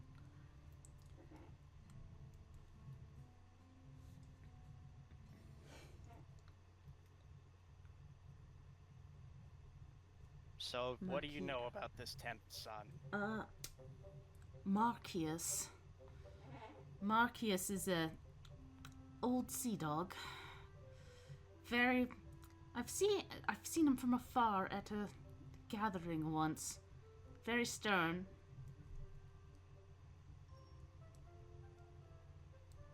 He has been trying to expand into Death Guardian seas for a while.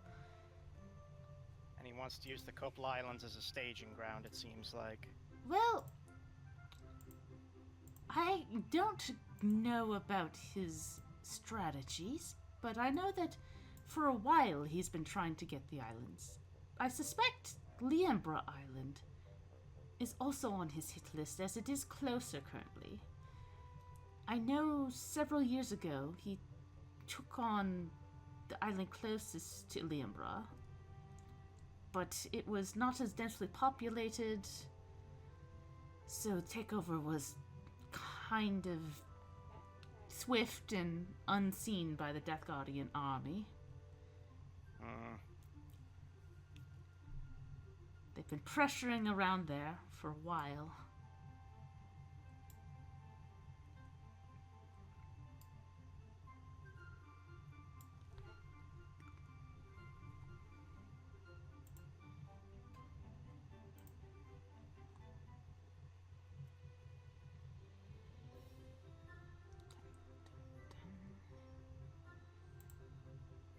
This is a disturbing development. Well, it's not unforeseen.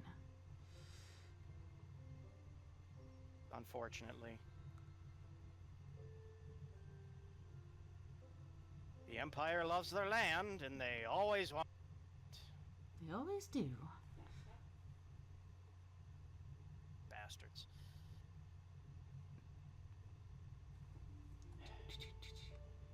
So, this might be a bit of a stretch, but what do you know of how this person thinks? Well, Have you ever met him? I've met him once. Again, it was at a party, so thoughts on military strategies did not exactly come up. Was he a proud man? Oh, very. He is, after all, Prince of the Empire. They all are a little proud. Marcius, in particular, loved his... He was very, very proud of his burly mustache and beard. He Did kept he it... seem a bright person? He seems smart enough.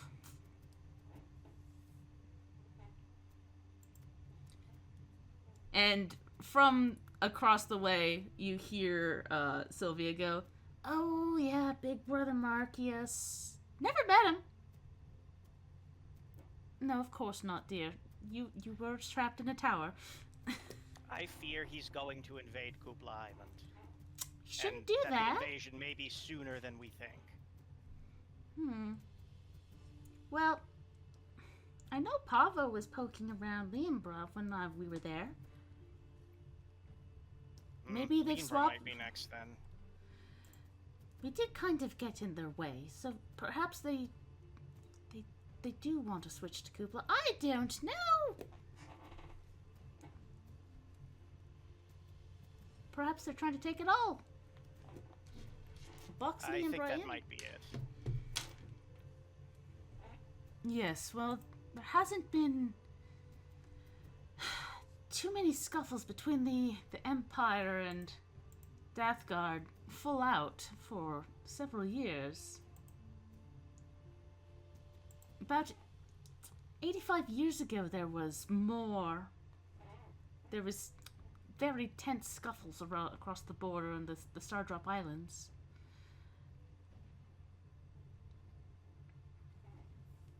But it all ended with when the armies kind of pushed them out a little bit of a standstill.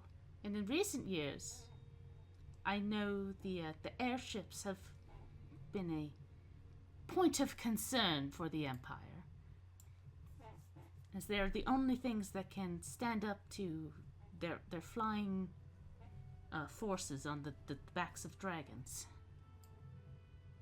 They have dragons? Of course they have dragons. Right, I forgot they are dragons. Many of them become dragons, yes. Half dragons, and there's full dragons, and That's a video for you. Divine dragon commanders of some kind. That's right.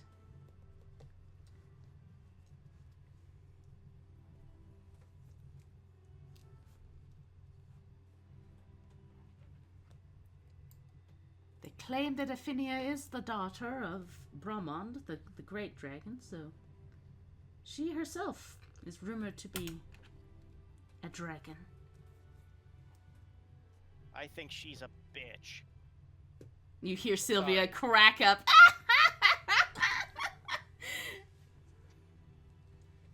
You just called my mom a bitch. Yes, I did. Good. I don't mean to offend, but Look, I've never met my mother. So, you know, that's profoundly sad. it's the way it goes. I don't think that should be how it goes. I Unfortunately, don't like it when things go a stupid way. it is pretty stupid. But us daughters of the Empire are squirreled away to become priestesses to our mother, and we only get to meet her once we reach the rank of High Priestess.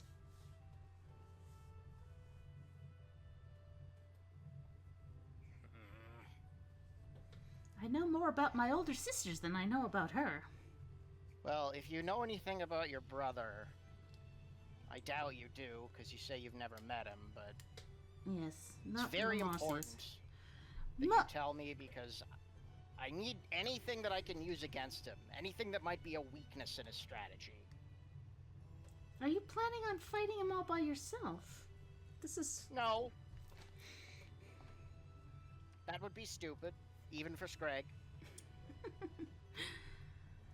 Yeah, as I said, I never met Big Brother Marcus. Me and Pavo were together a lot as children because we shared a father.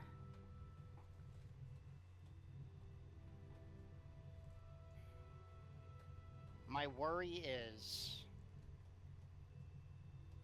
Well, if he does, he's going to invade either Kupla or Leonbech Island. Mm-hmm. And we have to figure out how to stop him, no matter what. And if there's any information you have, which I know it's a long shot, but just please let me know. And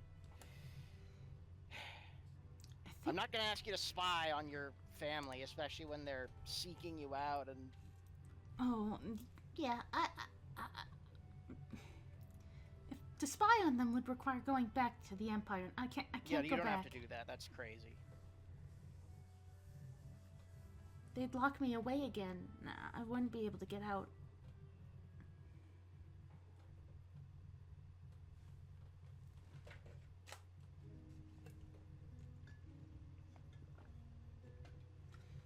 Yes, well,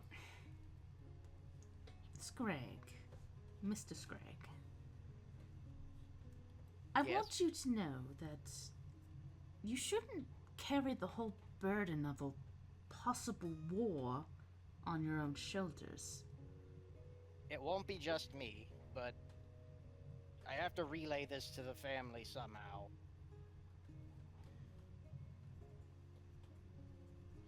I'm sure the Death Guardian military will be on guard. They've been watching the borders for a while. The entirety of the time Death Guard's been a country, after all. I hope so.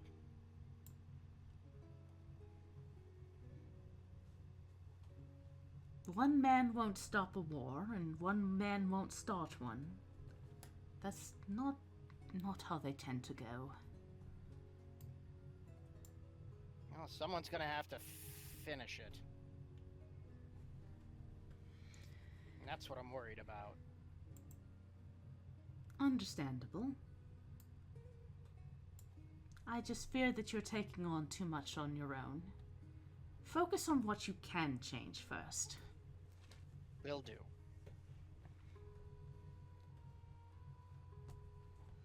Now, for imparting information, may I have some feathers from your animal? Gertie? Yes. Well, she's just a common velociraptor, but He actually pulls some out of his pocket. Here, she molded these a while ago. I like to keep a scrapbook. Oh, excellent. These will be perfect. Spell components, after all. Oh, spell components. That makes sense. Thank you.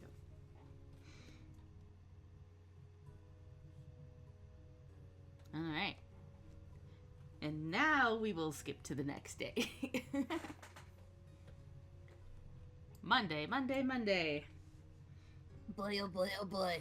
All right, Pickles. We'll start with you again. Okay. So the first thing, I'm going to attempt to learn, because I have the potion, we talked about it before, I'm going to attempt to learn the formula for a lesser healing potion. That's what I'm going to be doing today. Hello? Yes. Lesser Okay. healing. So that's a 3rd level item. The formula for that is it's 3 gold pieces for that, so and the DC for it for a level 3 item is 18. Okay. So it's just the one, so let's try this out. Crafting.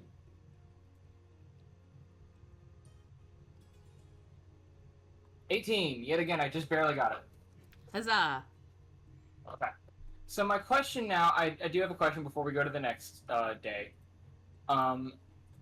Because when I'm doing consumable crafting in batches, when I do the cost reduction, because it says I'm crafting essentially 4 items at once, would that cost reduction apply to the cost of each item? So like if I'm doing 4 potions, I would reduce the cost per each potion? Yeah, I think That so. seems like what... I think that's what it's trying to say, at least. Yeah, it's not very clear.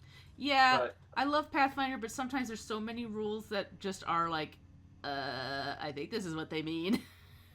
Okay. So actually, I should be able to get a pretty decent reduction in the price for those.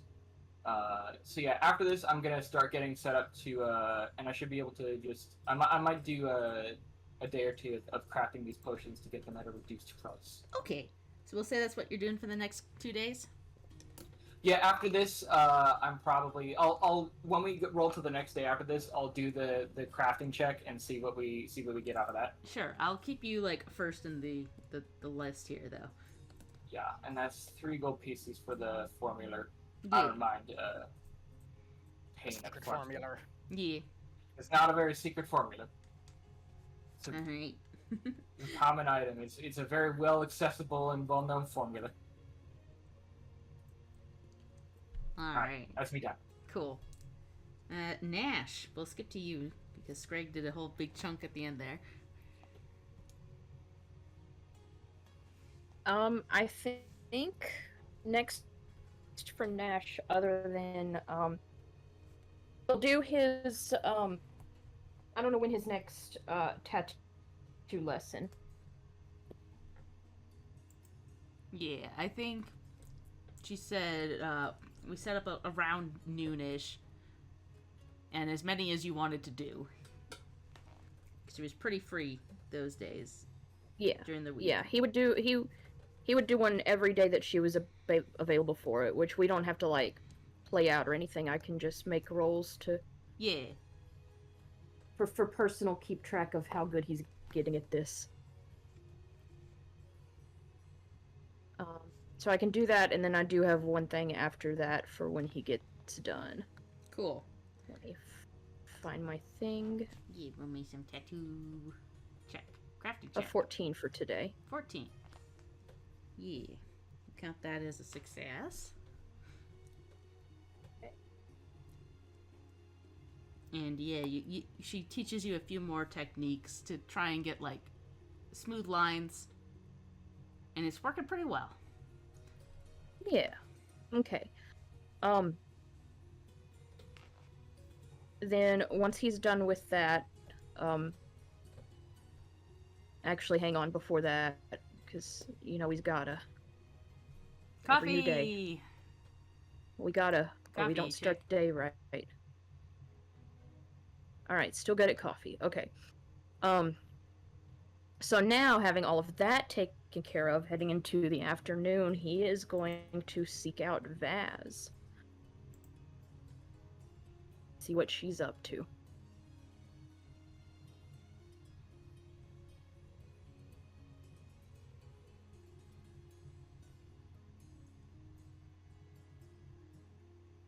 Sorry, I had to find my mic. Vaz is just chilling today, so if Tenacity wanted to do something, she's free.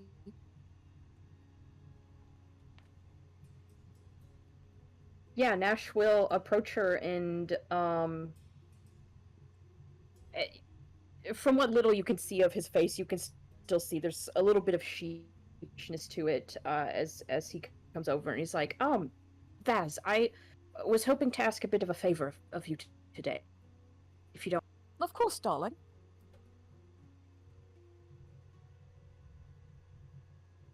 Well, I know it's not of the utmost importance given my condition, but given I haven't seen my sister in quite so long, and also my current clothing, despite all of my best efforts each night, does still smell a bit like our fungal friends. I was hoping to go find a bit of an updated wardrobe for today, and well, myself am not the most proficient and such. Say no more. And she will get up, and I'm going to assume Bastard's still with her because it's funny. Yes.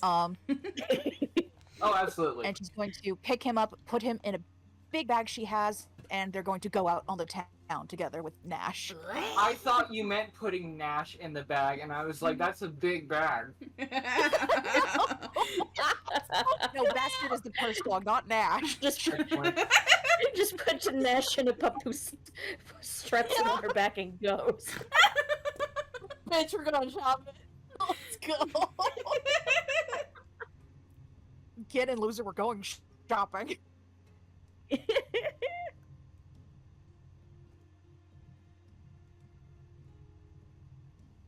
So, because of your condition, we don't need to ignore colors and patterns, because that still matters, because it will make you feel better.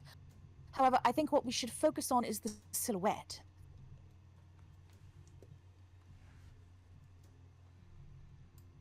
Of course.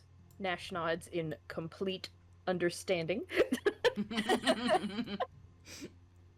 We'll start at the top. I think you're fine without a hat, considering your hair and your horns. They do create a very striking figure. What sort of collars are you after? Do you like an arrow collar? Do you want something big? Are you alright with frills? What sort of textures are we into?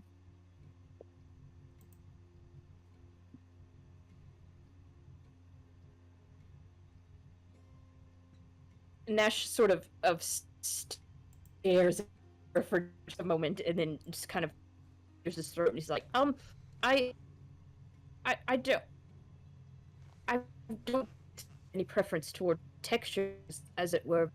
Particularly the neck area. Nothing too tight fitting. No ties or things like that. Arrow collars are right out.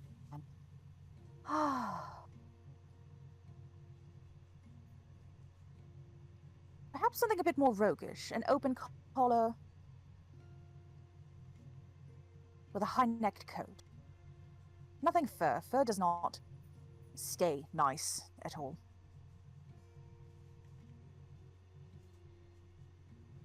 However, a light shirt with a wool coat would be fine. Perhaps a linen shirt, something that can breathe. So that way when we're somewhere warm, you can take off the coat and the coat will do most of the heavy lifting, but that will still insulate you. What colors do you like? Nash has been nodding along with all of this and then seems a bit caught off guard by being actually asked a question.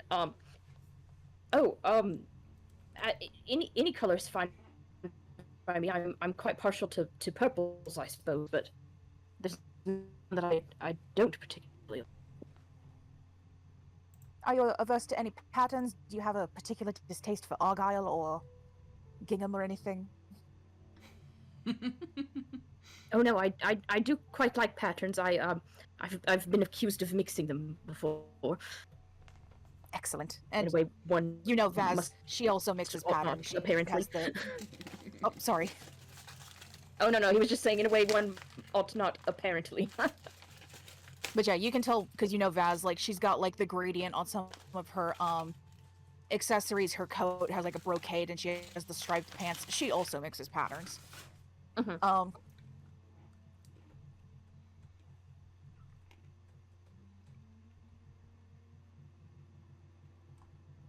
Now let's see. Any other particular questions? Footwear.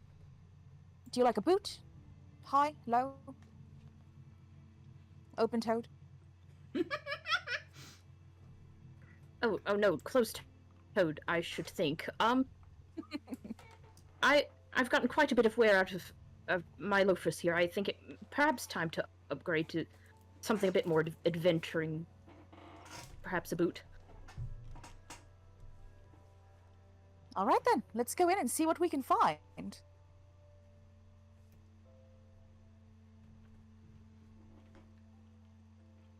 Lead the way. And if you will let me paint a word picture, I think Vaz would put Yes. together Please.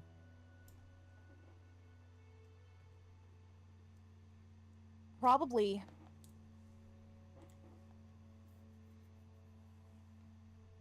I'm thinking a beaver hide coat, probably mid-length or mid-thigh length with that. She would find a like lilac sort of linen top that's got like 3/4 sleeves but an open collar. I think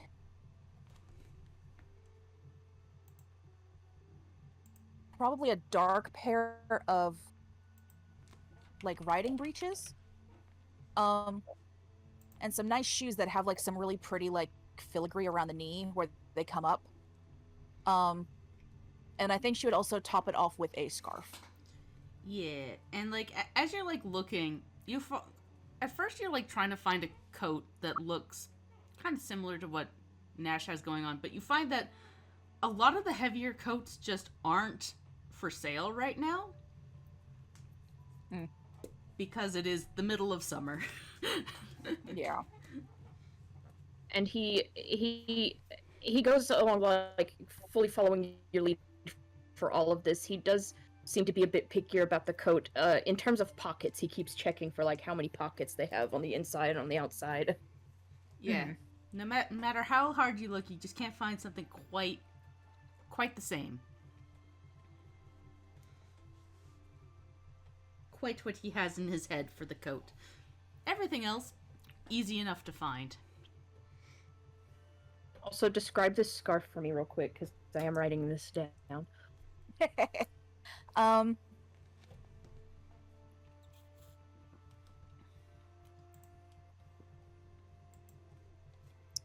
Trying to think. I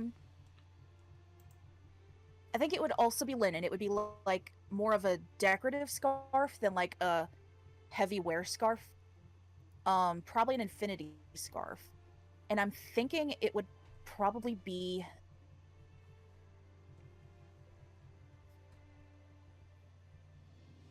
sage green, but with the similar color purple as the linen shirt. With that it looks like it was like dropped with an eyedropper onto the scarf to like create like an abstract flower pattern, but not like busy, like just like some very, very light ones here and there.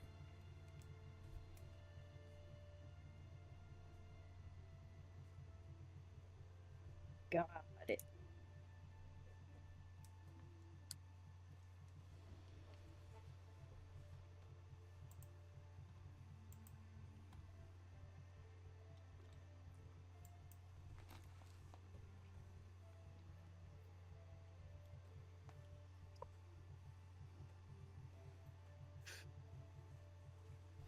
Okay, so other than for the coat, so we've got the lilac linen top, the riding breeches, the new boots, the scarf. How much is that going to set Nash back? So, you all, were looking for this stuff around the Stone Hope Guild House. And they have such an amazing selection. But throughout everything, probably about 20 gold tops for a full new set of outfits.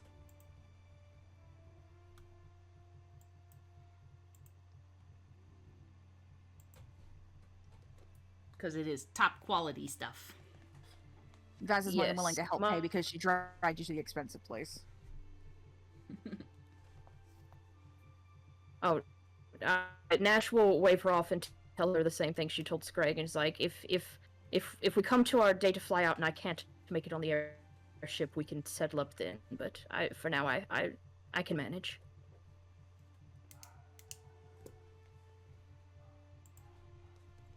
And he will, no, not that many. There we go, that many. He will pay the 20 gold for it. Yeah. Yeah.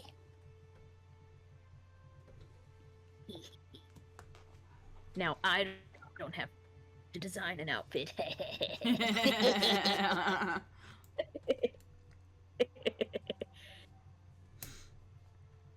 Alright. Vaz, was there anything else you wanted to do while you were out with Nash? She will treat him to afternoon tea. And there's no arguing with her on that one. Yeah, you find a lovely tea house on Five Winds Island that looks over the ocean, and it's a very lovely afternoon. Yeah. How much should I deduct for the tea? We'll say a gold for that. Gotcha.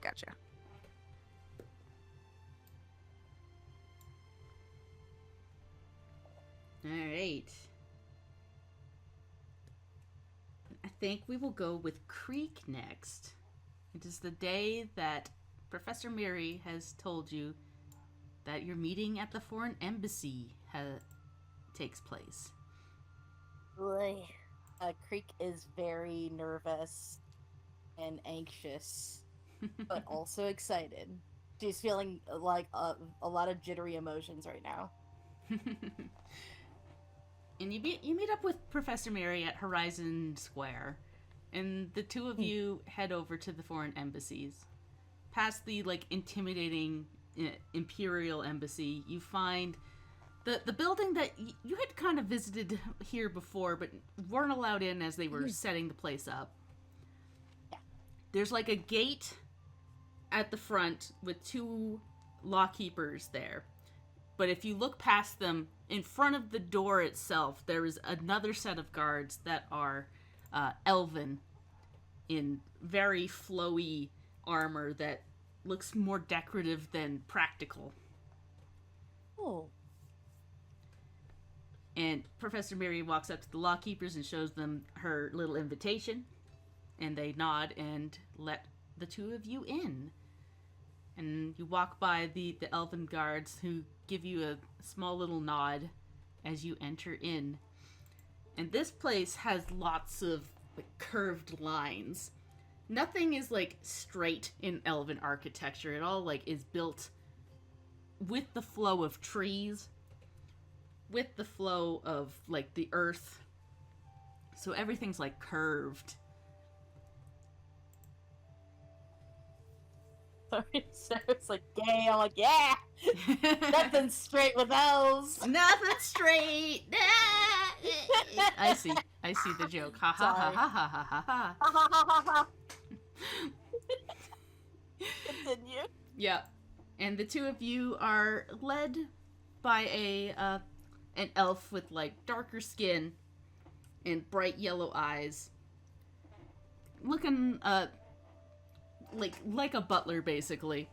Leads you back into a room where there's big luxurious couches, and as you enter in, you see the three people that you saw being ushered off the boat. Standing at attention is a man with darker skin and a chin beard, bright yellow eyes with yellow markings on his cheeks.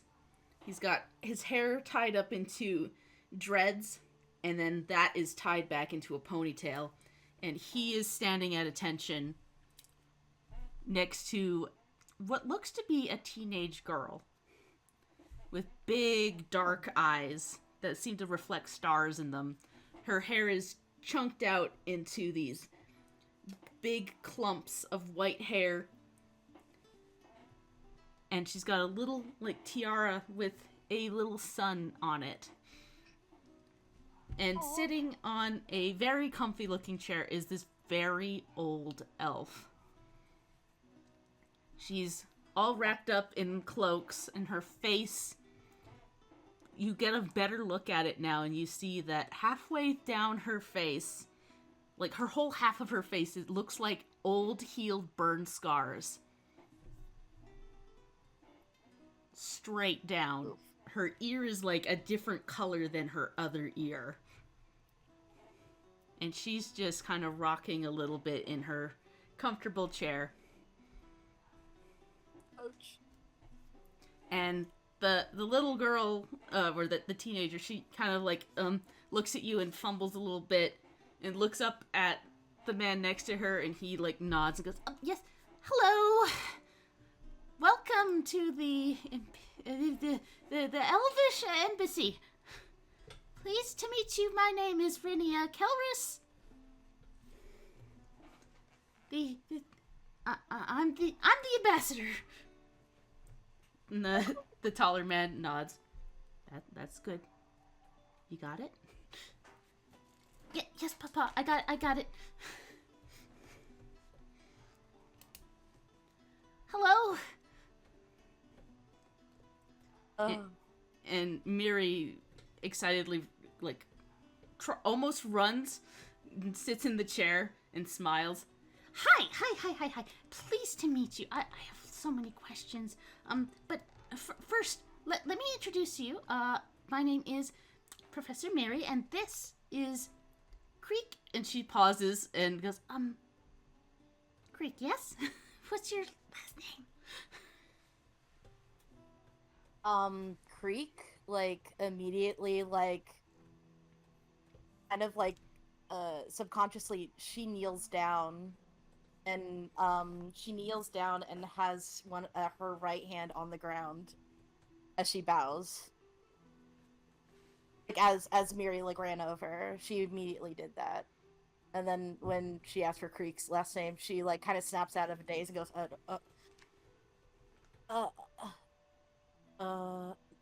don't, it's just Creek. And then she stands up, almost embarrassed. Yes, you're a moon elf. My mom was a moon elf. Well, yeah, she was part moon elf, and she like points at the woman next to her, the old granny, and goes, Granny's a moon elf. I mean, I'm sorry, I'm new to this. Creek chuckles and goes, I'm kind of new to this as well. I haven't seen elves in a while, you could say. And the man in the room, he like is looking you up and down and goes, yes, I wasn't expecting to see any elves. So when we heard that there was one in town, it definitely caught our interest. You've heard of me? Well, the professor here, he motions to Miri.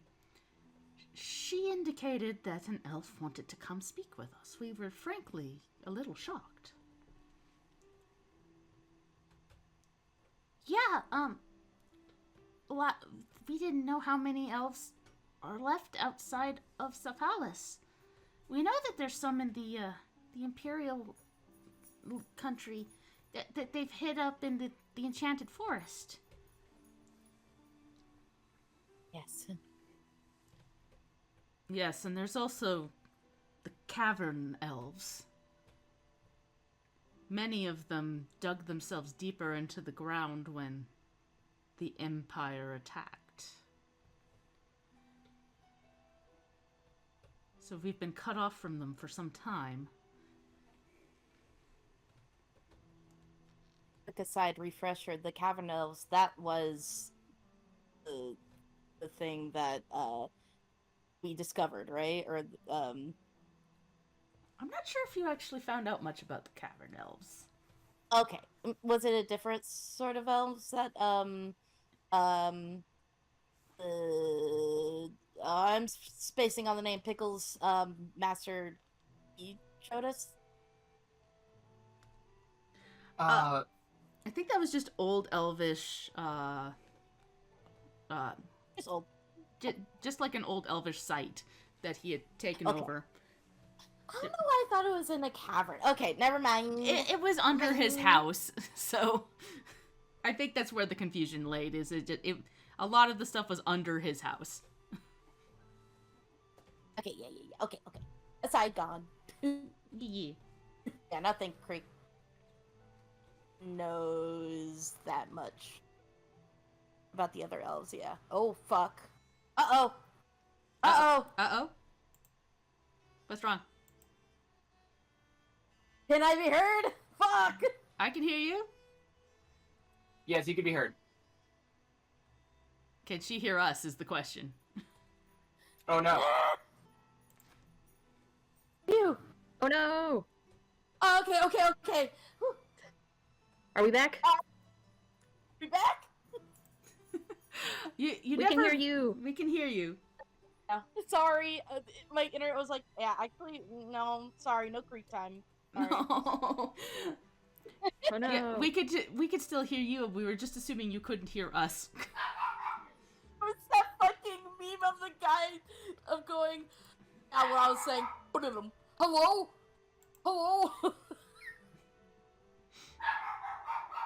Sorry, okay. Yeah. Back to it. The dog. He be yelling. That was me. A second ago. Yep. I'll make a note. Okay, I can hear you now. Okay, good. There we go. Yeah. Okay.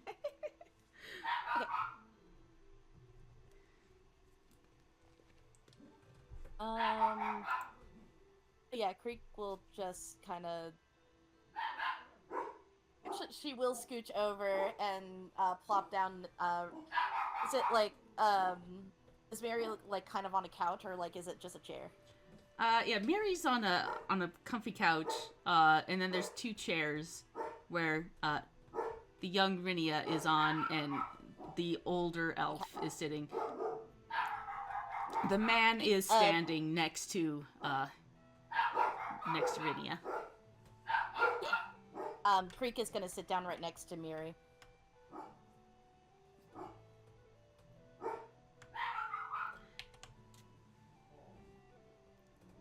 Now, what would you like to talk to us about?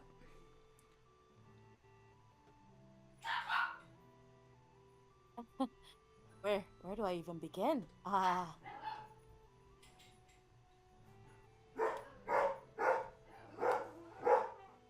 man, where does Creek want to begin? Fuck.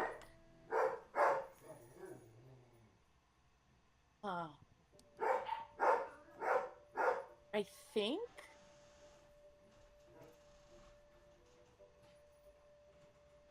If you give me half a second, I gotta go close this door. The dogs are yelling. No worries, it gives me time to think, cause.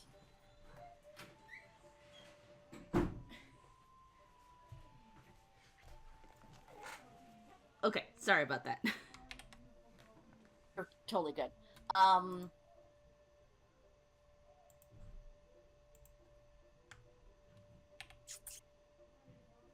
Okay.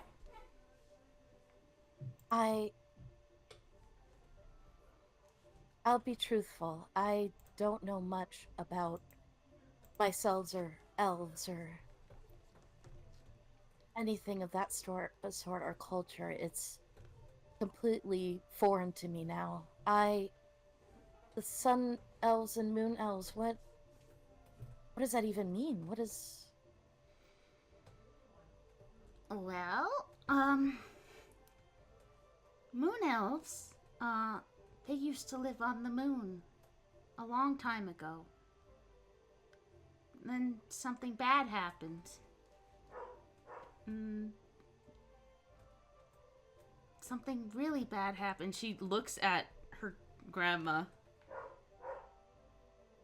Grandma was caught in some kind of explosion. She and a few remaining moon elves escaped down to the planet here and met up with the sun elves. The sun elves live in the south, where it's always sunny. That's where I'm from. And when the Empire started moving into Elven territory, a lot of us moved down to Cephalus, where the sun is, and hence the sun elves. Hey. I'm sorry, I don't mean to be insensitive, but explosion? Something like that. And the older man nods and goes, that's one way to explain what happened. There was an attack apparently on the moon several hundred years ago. The Empress, she did not approve of the marriage between an elven princess and one of her sons. And there was some kind of terrible fight. And then, as if on cue, the grandma, she kind of tilts her head towards you. Mother shouldn't have used the crystal.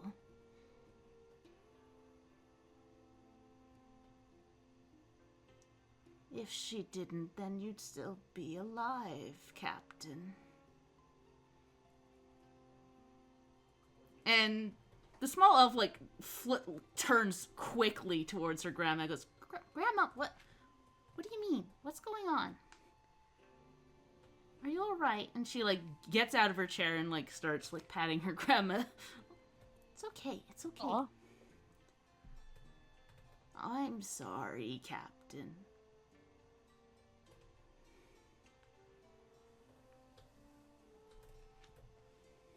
And Creek do... Fuck, what would be a memory check, huh? Yeah. Lure yourself. Lure myself! Can I lure myself? Lure yourself. That's the one way to put it. Let me have a look at your skills.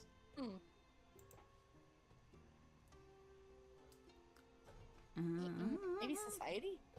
No. No, that doesn't feel introspective enough. It does not. Nah. Religion still. Because I want to see if that triggered... a memory. Triggered a memory. Yeah. Aw. Well, we'll Memory say, let's go with perception, as that is, internally perceiving yourself. Oh yeah, I'm good at that. Where you at, friend? Oh yeah. Yeah. As she says that, you just start to cry.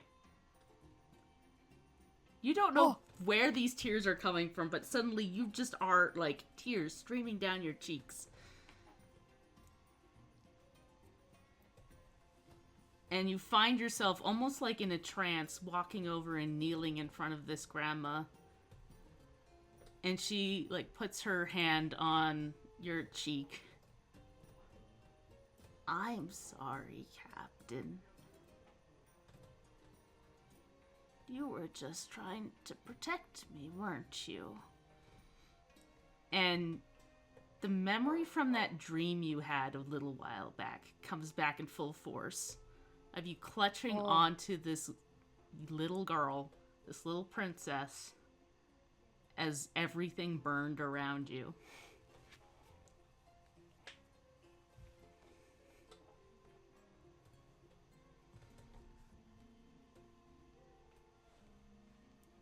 Is I was gonna say, is that the same old lady? And the name Castilia rings in your head.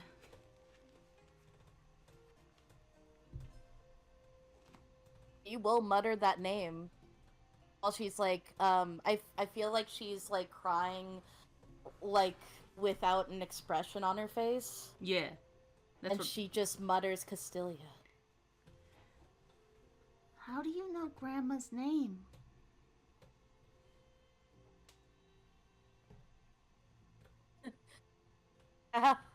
How do I? And she's gonna break down a little bit. She rubs her forehead with her hand. How do I know you? The man in the room kind of like tilts his head and walks over. I'm sorry, but her mind has been going. She's old now, so she may not be able to answer you. You're moon touched, aren't you?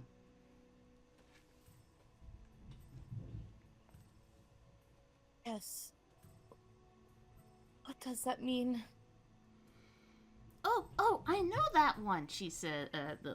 Renia goes, moon touched means that you died, but you can't move on. The goddess touched you and said that you still have work to do. It happens sometimes. Your purpose isn't done.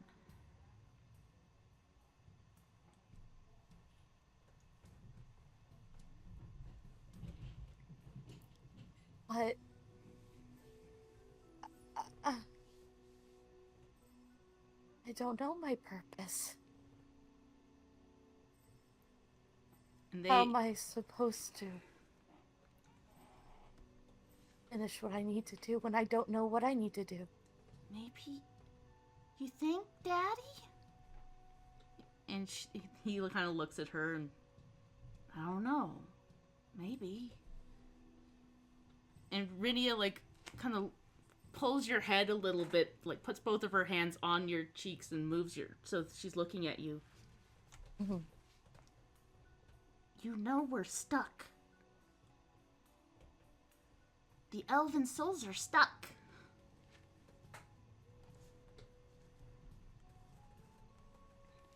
Yes, I do. I'm special.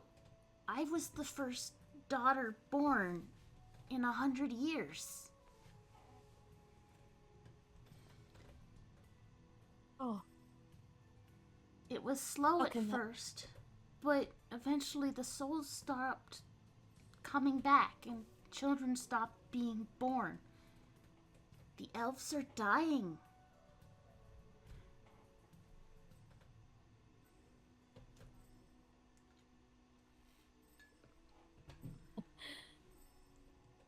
yes, because if they can't be reincarnated, then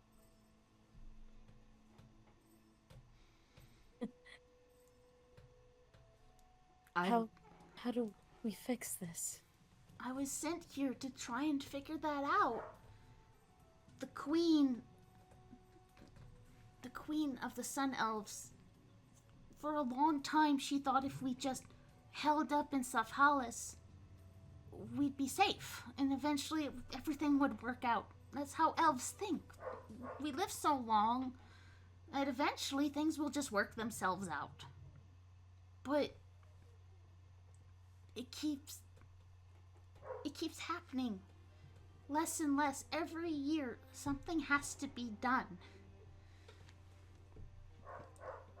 Not too long ago, the man says, there was an attempted coup in the Elven lands. The queen's daughter, tired of it being stagnant, tried to take over. That was the catalyst for us to try and reach out. Yeah, and there's these adventurers, and they came to the castle, and they gave me this. And almost like from inside of herself, she holds her hands out, and this crystal appears. It's like the size of this girl's palm, and it looks like a lotus flower, but made out of crystal. They brought this to me. They brought it to me from the moon. And you can see Miri's face, like, kind of twist and go, those? Sure. Was it a little goblin and a kitsune? And she's listing off a whole bunch of these people. They go, oh, yes, that was them. And she's like, I could have been a part of this! And she's, like, losing her mind. Honestly, that's fucked up of them. That's so mean. She's just fuming, because I know that crystal they took it off the... Yes, they found it on the moon being guarded by a revenant. The opposite of a moon touched. Someone who refuses to die due to pure hatred. My great grandma. Yeah.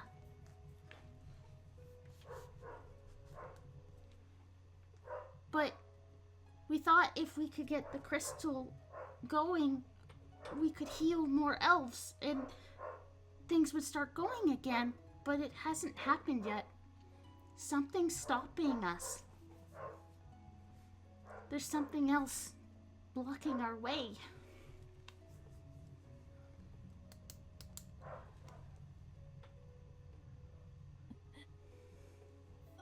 I wish I could help, but I'm just as lost as you, little one.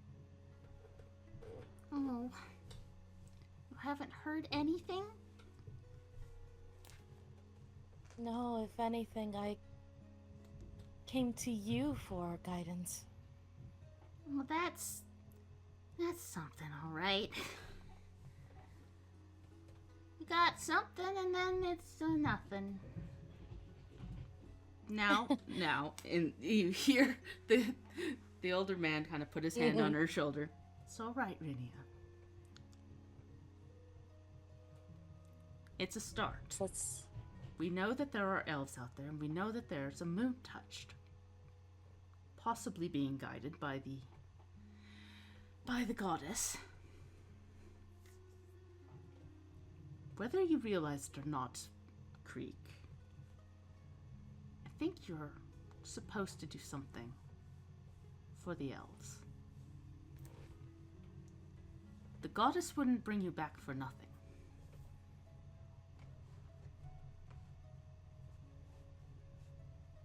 I get that feeling too. I just wish I knew what it was. They don't make a guidebook for moon touched.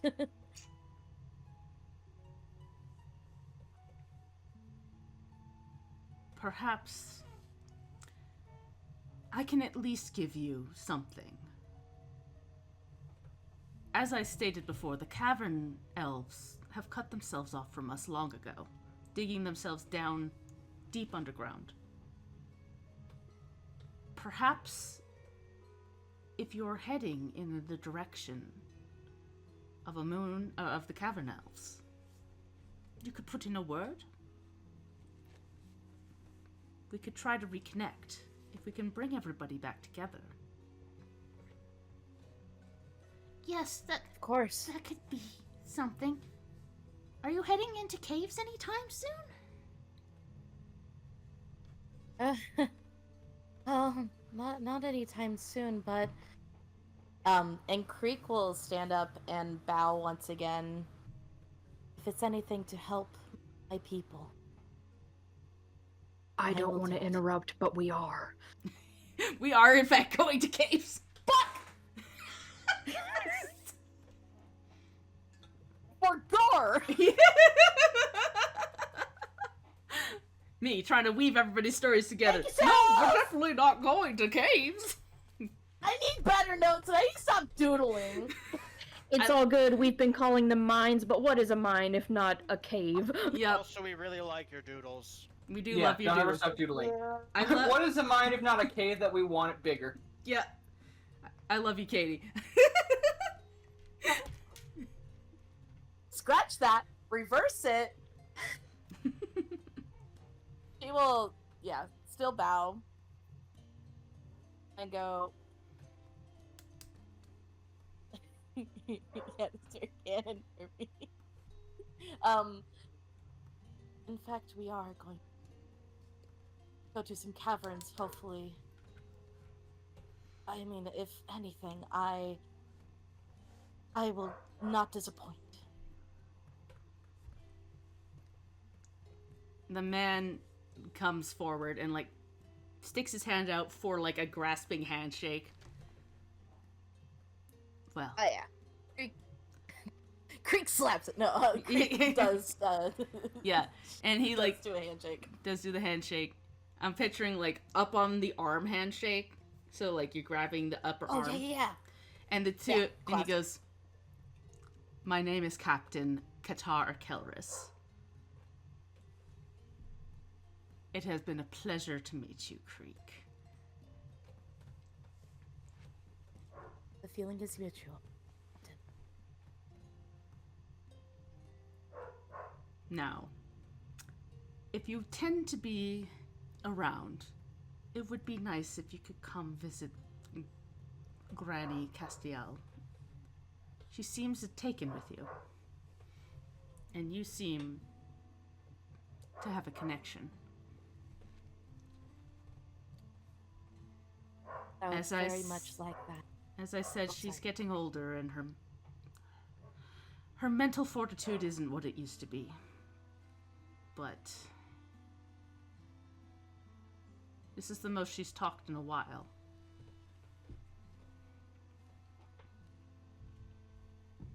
Yes, even if it's for a little company, I would very much enjoy that. I'll be Excellent. sure to. And I think, like, you guys spend, like, the next couple of hours while Miri is, like, asking a million questions, and they're filling her in about elven culture, and you find yourself sitting next to Granny Castiel, and she kind of puts her hand on yours, and you just spend some time together. Yeah, Creek will, hold her hand and just, like, rub her thumbs against her knuckles. Gives her a soft smile.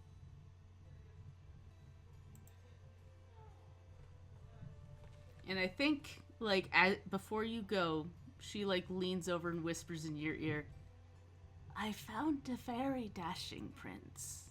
You did tell me one day I would get over it."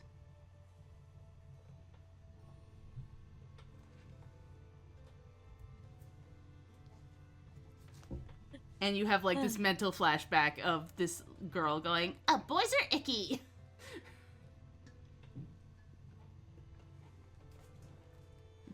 Creek very much laughs while tears are forming in her eyes. I knew it would work out.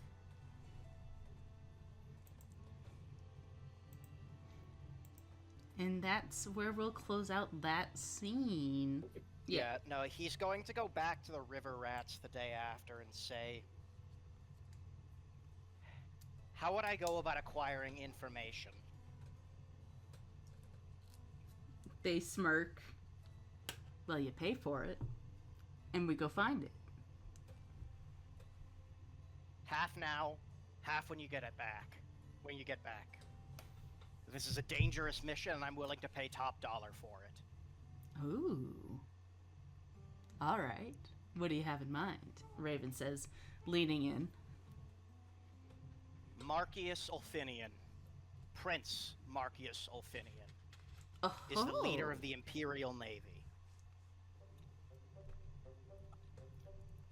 I need to know everything about him.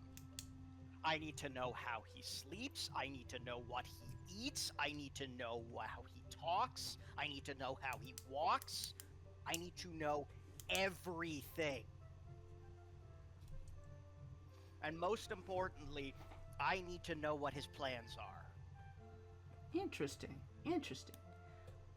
Yeah, we could send some river rats from the Imperial Division.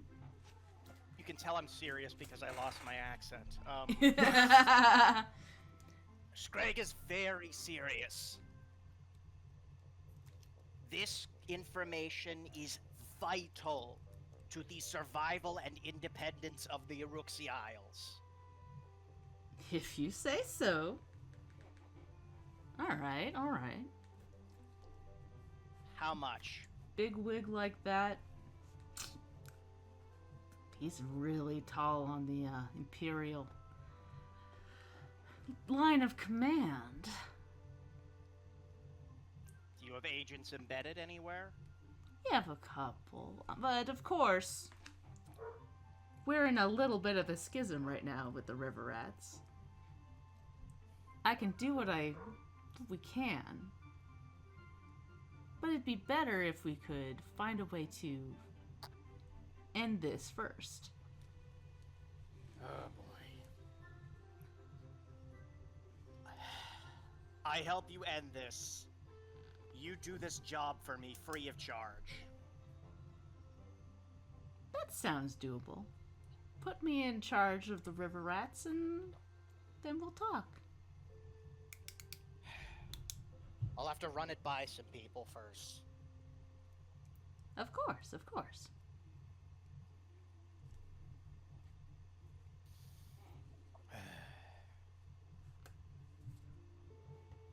I don't want to make promises that I can't keep. But know that it's something I'll be thinking about. Excellent. Oh, and one more thing. If I see one chain go on one slave at your instruction, I will slit your fucking throat. She puts her hands up and goes, "We were on the side to end that. You understand that?" Good. Information, And you better goods, stay that that's way. fine. People is where we draw the line. Like I said, you better stay that way.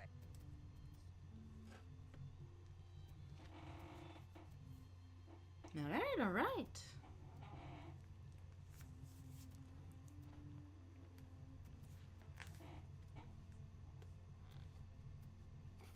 And then just uncharacteristically seriously, Screg nods. And Screg says, Screg, thank you very much for your kindness and help. And he kind of gives the same goofy smile that you would normally see from him. Yeah. And Fleetfoot kind of like raises an eyebrow and goes, "Saying kindness, this is business. But I appreciate that." Screg likes to have good friends in good places. Screg does not like to make enemies, but Screg's enemies tend not to live very long. Well, settle for bad friends in bad places, and you got us. Screg will sort of give a two-finger salute and then walk out with Gertie in tow. Yeah, Gertie's been here the whole time. I'm dangerous! Mom! God bless you, Gertie. She doesn't know what's going on. She doesn't know there's crimes being discussed. Yeah. Anyways, that's it for me. Alright. Without further ado, how many more downtime were we thinking? We were thinking it's about a week, and then we head off. Yeah. A week from here? Sorry? A week from here or a week total? A week total. So I think a week total. Okay. So I think we got 4 days left? yeah. Question mark? Yes. Okay. I got a question. Yeah. Before we head out on the Great Space Coaster, with all the rests that we're having, would we technically be healed to full? Yes. I'd say, like, Okay. between everybody's, like, healing and stuff, somebody's got to patch somebody up within the week. Just mark everybody to full. If you're have any HP down, just heal it. Gotcha. Any spell slots, any consumable things like that, make sure it's like set up so that it's good to go. Yeah. Would does pick words? Do we want to look at the mechanical bird with Pickles? Yes. Give me just a sec. I have to mark down freaking. I think I have 3 days left in those, and I have 5 days left in. Okay. Yes.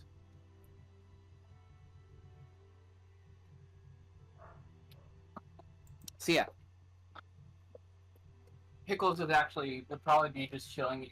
He's been hard at work, like crafting stuff. In fact, like these 4 downtime days, I'm literally only going to be crafting. Cool. All those 4 days. I was gonna learn some more formulas, but it's crafting time. If we only got 4 days left. It's crafting time. Mm-hmm. I like Especially the because part I where you can't said- cheese. Yeah. I cannot cheese crafting spell scrolls. I have to supply a casting and a spell for each spell scroll.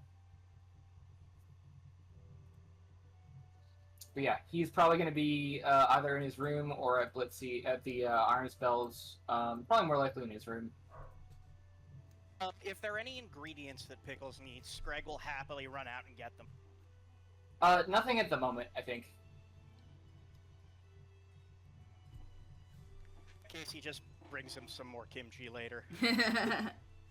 Yeah, he's probably crafting and like he's just tinkering and like there's a couple formulas. He's probably going to honestly, when we have downtime on the ship, we might see if he can get some more formulas crafted because I'm assuming it's gonna be like at least a day or two on the ship.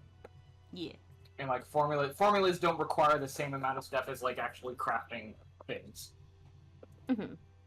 Especially if I'm like reverse engineering, because like literally the formulas that I want are like reverse engineering wands and stuff. But yeah, he's gonna be probably in his room, and at one point he probably turns his attention to, you know, he's been working on making what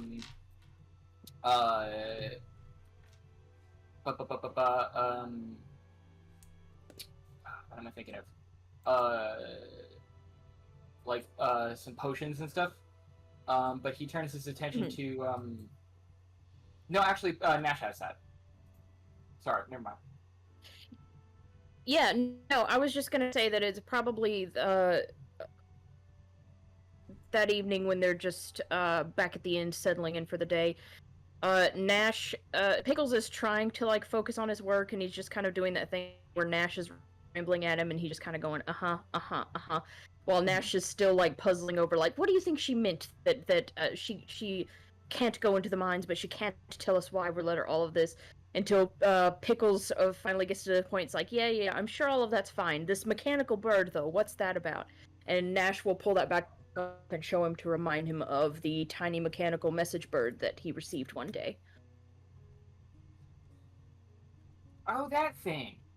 She sent me a little letter one day, but she noted in it that it was only currently capable of the one way, so it's been dormant since. I was going to return it to her, particularly because she seems to be in need of the finer parts for it. You mind if I take a look? Of course. I do try not to break it, though. You don't want to face her wrath if you if you tamper too much with one of her inventions. Okay. Well, Pickles will give it a look over. If you want me to do a check of any kind, Leanne, I can. Yeah. Yeah, roll me a crafting check for that. Okay. Crafting check. Ooh, look at that. 28. 27, pardon. 27, yeah. Oh, that's perfect. Yeah, you look at this, you tinker some stuff, and you manage to get it, like, moving again. It's, like, up and, like, got its little wings like, moving. It bounces around a little bit and looks up at you.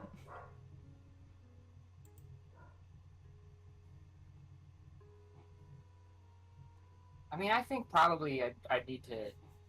I don't want to steal Moxie's thunder or anything, but I think it's pretty close to being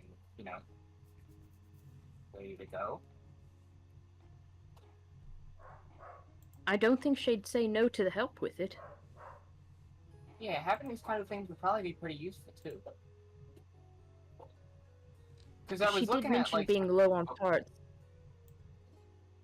oh, sorry. Oh, go ahead, go ahead. I was just wondering if the iron spells might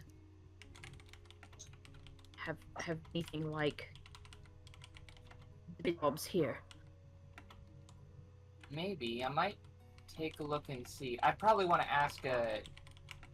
I probably want to ask Moxie myself before and work with her first. I don't know if I should, bring it to them without her approval and stuff. And they get kind of uppity about Right. ownership and propriety and stuff. But yeah, it's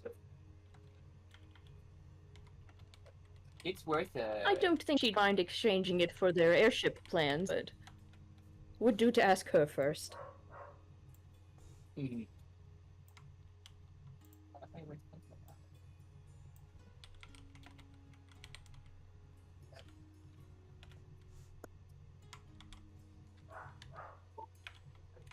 Yeah, Pickles will definitely keep that in mind. Mhm.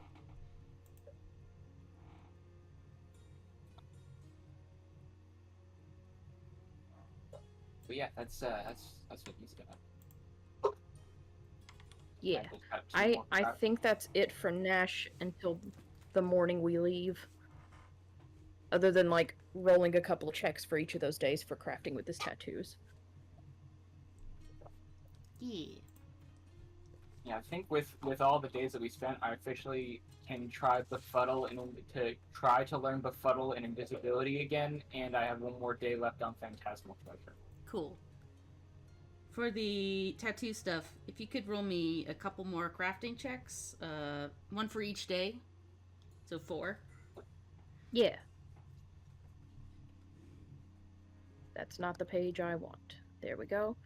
Alright. 1, Okay. 10. That getting a little more complicated. Yep. It's a little harder now. Yeah. Is that a success or a fail? I'll say that's a success for the simple DC, and we'll say that is the baseline success. If you roll lower than that, then it's a failure. Okay. Let's do for the next one, number 2. Mm-hmm. Okay. Number 3. That one just Oof. goes real bad that day.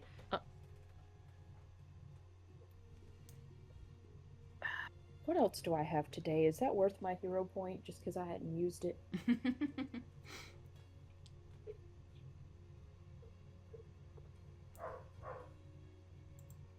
No, I want to save that one because I was going to ask if for this last day, in fact, may do an Arcana check, or not obvious spell casting behind it, but him, maybe what magical tattoo? Yeah, Would that make sense? that would make sense. Or do we still want crafting for that one? Uh, I can still roll crafting, I just do want one of the days to specifically be. for the arcane, yeah. We'll say, yeah, let's do an arcane check for that. Arcana. Okay. I knew it. I knew it. I said it. I Very knew it. I good. felt it in my bones. We're gonna do that again. Yep. Hero 'Cause I'm- point. Better than Arcana, and then in the back of my mind, I was like, the dice does not give a fuck about that. So let's try that one more Oh time. my Hero point. god! I'm gonna jump out of the window. The 2 ones in a I row. was It's fine. No, I can offer my hero point. I'm not gonna fucking use it. One I more also time. Hero now. point. That's I will fucking ridiculous. I will Use my say hero that point. I'm only if y'all are willing, I'm only gonna do it one more time because if I get the 1 in 8,000, it is like I received the message. You know, Here's the thing, you've gotten the 1 in 400 once before, at least, in this same campaign. this is the with 1 this in 400. insane- The 1 in 8,000 I have also gotten before. So Yep. let's. Yes. In this campaign? Yep. Yeah, I'm pretty Yes. sure. Yes, I think so. I've gotten yeah, the 1 in that's 8,000 twice in this campaign. I'm pretty wait, what? Mhm. That's insane. Yes, one of them with his 20s, but one of them was with ones. Yeah. Okay, Creek, I will accept your point. Let's one more go. His best friend's a wizard. He can do this. Yeah. Okay. There we go. There we go. Yeah. All right. So by the end of all of these checks, all of this learning, I'll say you can add a skill onto your lore skills that is tattooing, and it's a +2. Ooh. I'm assuming he still has to wait until like we actually level up to add the actual Yeah, feat and whatnot. Oh yeah. but once you level I'm up, that will be moving on in your that sheet. direction just because. Yeah, tattooing is one of those that does not make sense to me to just show up and like, look what I can do. Yeah, Yeah. So I've been Yeah. working at it. just make a note for Okie dokie. yourself that I'm when, gonna, when like, you make level a- up, yeah. Yeah, and let me make a note for myself to play with this because I added a lore skill and it defaulted to a +3, but I will see if I can go in and manually. That I is should your be able to make intelligence that a +2. modifier, so that does make sense. So just leave it as a +3? Yeah, just leave it as a +3 for now. Okay. While we're doing rolls, may I do my rolls for my 2 crafts? It should be pretty quick. Yeah, go for it. Okay, so first thing I do is I'm gonna craft some lesser healing potions. So I'm going to I can spend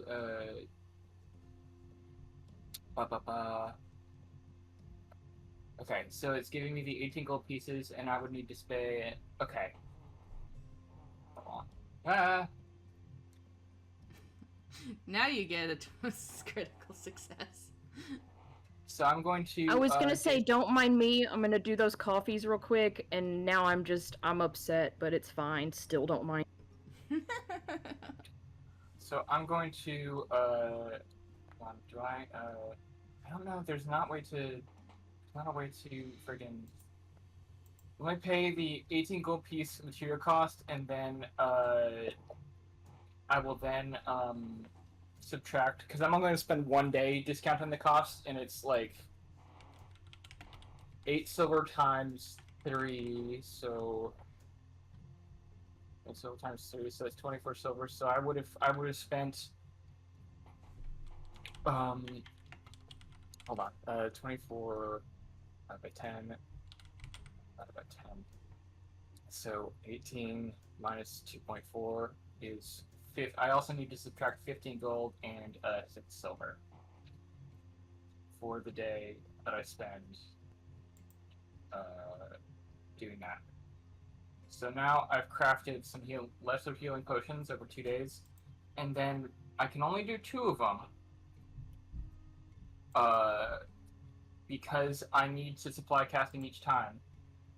I'm going to craft 2 first rank spell scrolls. Can I bum a hero point off of you, Greg? You may! Okay. Screg is probably hanging out with Pickles and Nash for at least some of this. And I am proficient in crafting. I could, like, help if you want me to. It'd be a little weird, but I think actually with alchemy specifically, Screg might know a thing or two, because he's a ranger.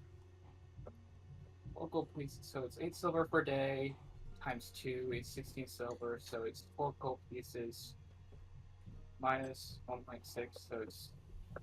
I need to subtract... The spell is Heal! Hell yeah. 2 spell scrolls of Heal.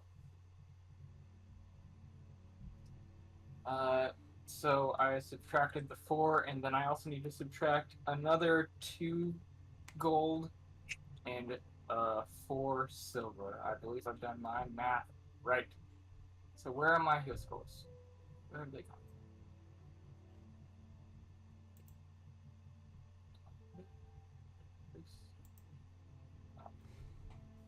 I need to drag this heal to my inventory.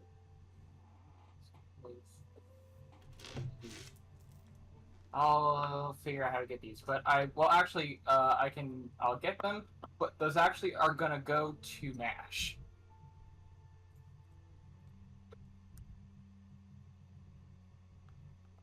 A worm? Spell scroll of first rank. First rank spell. Drag the spell from the companion. But heal. Just give me the heal spell. Where's just the heal spell? Heal. There we go. Titan rank 1. Iron Titan scroll. Yeah. Okay. So we have 2 healing scrolls that are gonna go into the party, and then they're gonna go. Where's the party? Give me this stash. They're gonna go into the party's inventory, and Nash, you can go ahead and pick this up because they're technically on your spell list, so you should be able to craft. You should be able to use them. Ooh, okie dokie. I'm gonna move my 3 lesser healing potions that I made also into the party stash, so whoever wants those can grab them.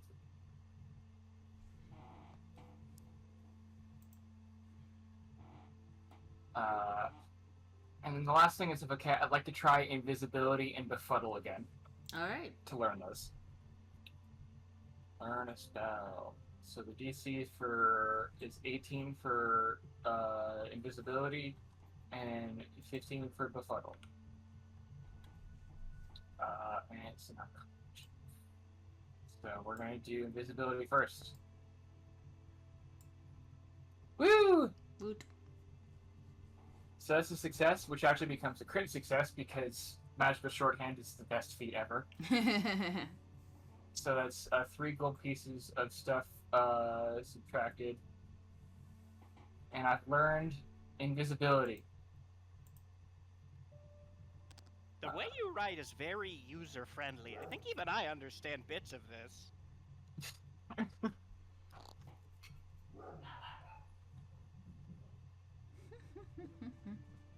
Invisibility there, invisibility there, and then befuddle, the last one. This should just be a 15. Thank you, Sprague, by the way. I think some people get a little bit pretentious about it. And that's a 22, so it's also a success. Oh yeah. God, my inventory is no longer full of spells that I can't use. Yeah. Okay, that's that done. That's that scroll used, and that's another 1 gold piece of materials done. Okay, I'm done. Thank you for indulging me. Yeah. I think like a couple days into this as well, Dixon gets back to you, Scrag, and says that Olympia is refusing to speak to anybody.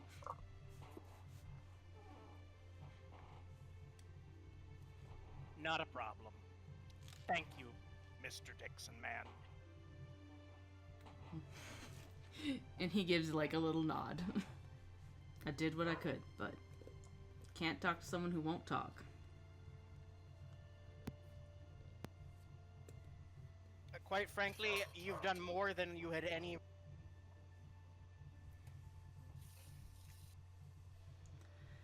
Yeah. Well,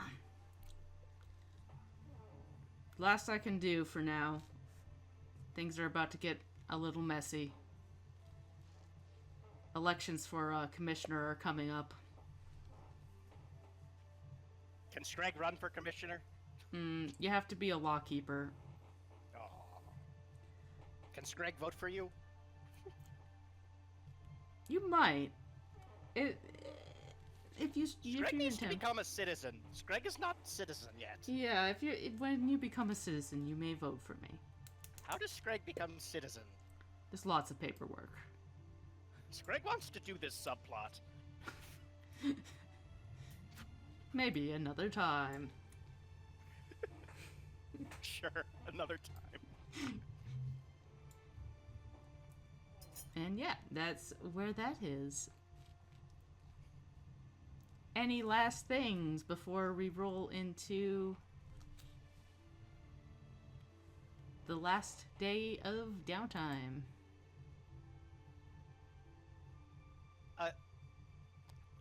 With the time that Scrag is not spending doing this other stuff, he wants to make a little money to make sure that we can all cover the tickets.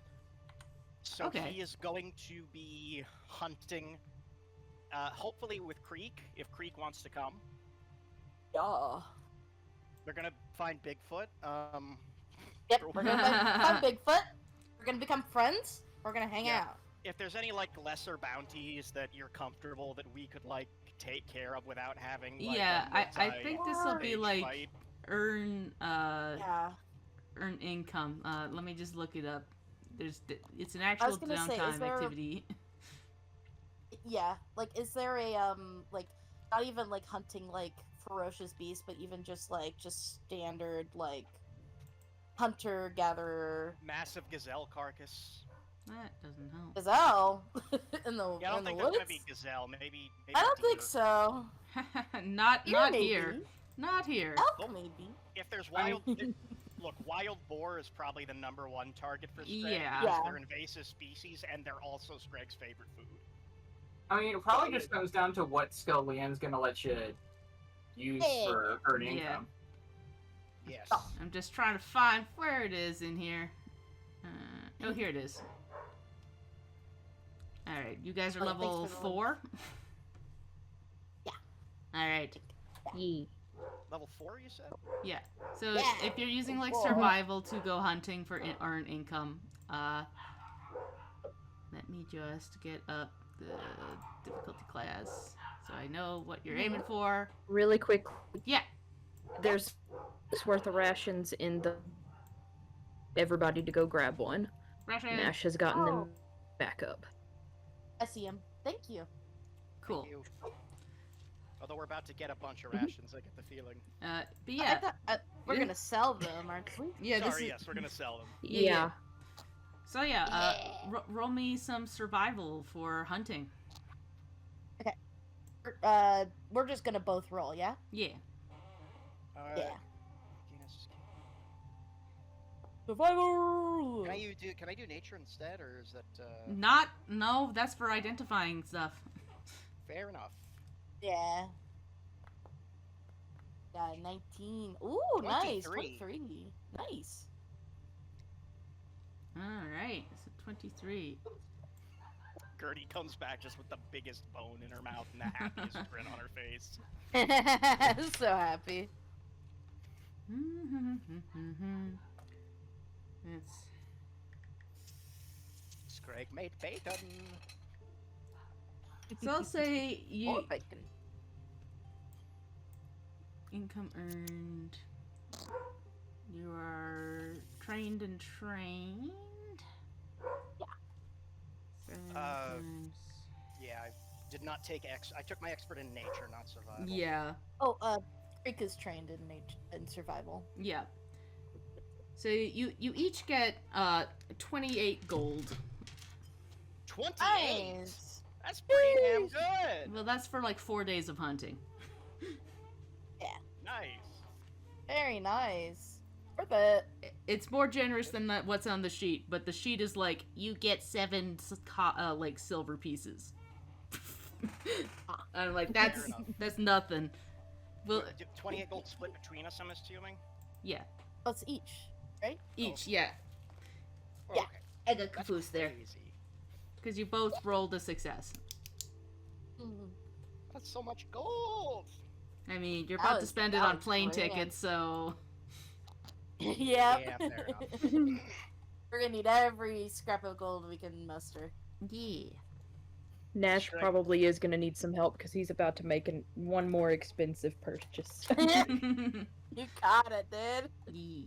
Nash, we need to have a talk about this. Let him live. Alright, Nash. It's the last day before we are heading out. What you up to? Okay, so is this like the morning of we're yeah. gonna This is the morning that you guys are gonna fly head in? out. Okay. Alrighty. The first thing he's doing is bright and early this morning, like crack of dawn. He is headed to the Marigold Bakery. And yeah, you get there first in line. You have to wait a little bit for it to open, but when you do, you head in, see Dulce, and she spots you like immediately and her face lights up. Well, hi there. How's it going? Oh, good morning. I thought I'd come the proper way this time. Perfect. I suspect you're here to buy some stuff, but I have something for you actually that you do not have to pay for. Oh, Whisk has been quite taken with you and the fact that you bought her cupcakes and she made you something. And she slides across the table this picture.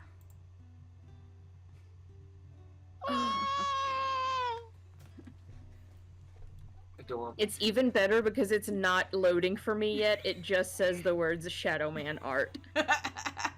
It's so cute. Oh no, there he is! Oh my god!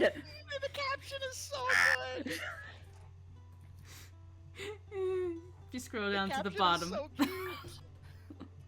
Oh my goodness, Shadow Man likes my cupcakes. You know that picture of Eamon crying when Olive gives him the doll? Yeah. It's like Mhm. honestly same vibes. Yup.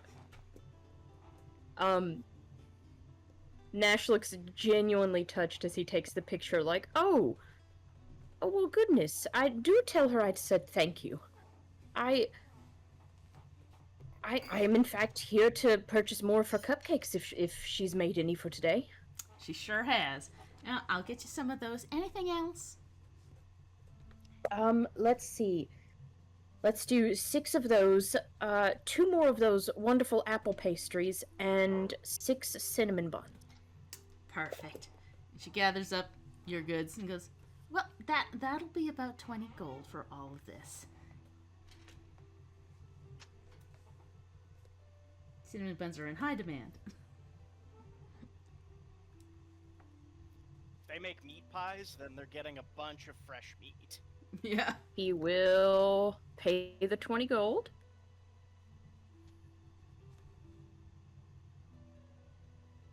I am curious. I know I'm not here, and I'm sorry. Have her cupcake decorating. I know that they taste good, but have the decorating skills improved at all? They're a little has she been- sloppy. She's trying, but they don't all look the same. They're a little Practice melty. makes perfect. Practice makes perfect. She probably got too eager and iced them before they were fully cooled. Yes, that's exactly what she did. Using the wrong icing tip, and it's not like a perfect swirl or anything. It's one of No, them. Nash is still pleased. He will pay, and he will thank her, and he will not tarry so that he doesn't hold up the line. Yep. And she'll wave you out. Then he is headed to the Horizon Walkers Guild for Yeah. his coffee. Yeah, and you get there just as Levi's opening the door. Good morning. Good morning. We've got a busy day ahead, so I thought a bit of an earlier start this time. Yeah, it is a little bright and early. Come on in.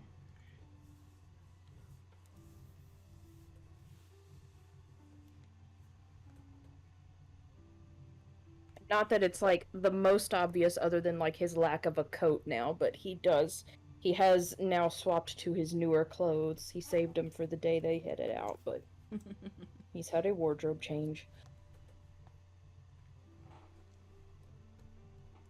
Can't help but notice you're missing your coat. Yes, well, it suffered the same fungal fate as my other clothes, and well, this time of year for most folk, it's not a necessary or even a helpful item to have, so Sure ain't. none in stock that really suited my needs. It does make sense with the summer months coming up. I simply don't experience the sun the same way most do. He takes a sip of his coffee and, like, looks a little deep in thought. Is it strange to say I feel a bit exposed? You look a little exposed. Even I can tell from here. And he puts his coffee cup down and shuffles his own jacket off. And you can see that this baggy jacket is hiding pretty toned muscles under there. And he kind of folds it and hands it over to you and goes, I think you need this more than me.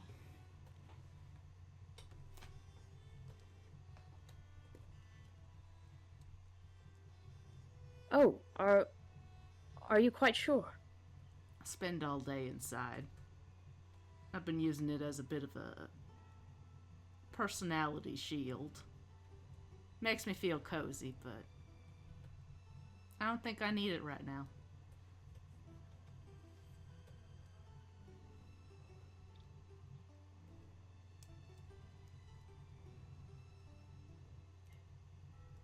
Nash he'll just nod and he will take the coat and put it on, and you can see he already feels a little bit more comfortable with, like, still the clear silhouette, but not as, fully exposed and defined. You can see he can't help but, like, examine to see, like, how the pockets are and if he's going to be able to fit all of his stuff. Yeah. But then he will fish out of his basket from the bakery those 2 apple pastries and offer them on the counter and say, "A trade, then." Good trade. Picks one up and gives it a chomp. Dang. Got marigolds again. Thought it was a special enough occasion. We'll be flying out today to head to the mines. I was worried that was coming up. Now, It has been the 2 weeks that I requested. I know that's technically speaking all that I asked for, but just to be perfectly clear, you will be here when I return. he munches on the pastry for a minute, swallows, licks his lips, and, like, leans over the counter. Yeah, I think I'll be here. And gives you what approximates a smooch. He kind of misses your mouth, but gets, like, your cheek. And then pulls back and smirks at you.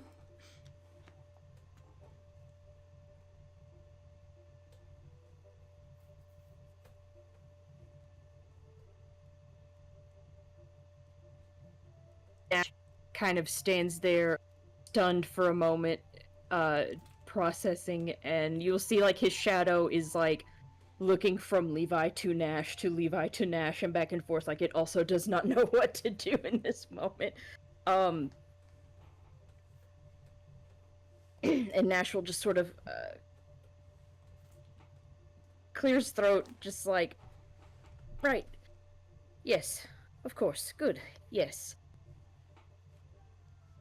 good.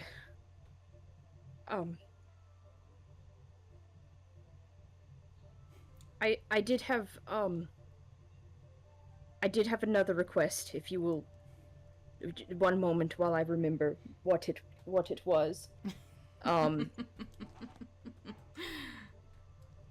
I imagine, like, at this point, Barry, who, without his coat today, had just been, like, hanging out up on one of his horns, will kind of flutter down onto the counter and look up at him as, like, a little reminder, and Nash will just go, "Oh, yes,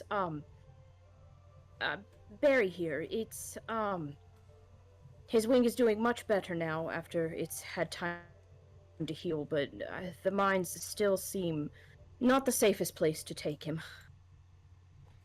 Yeah. Do you mind looking after him?" I suspect a underground mine won't be best for a recovering bat.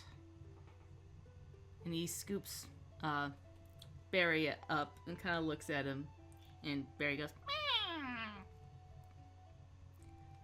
All right, I'll look after you, little guy.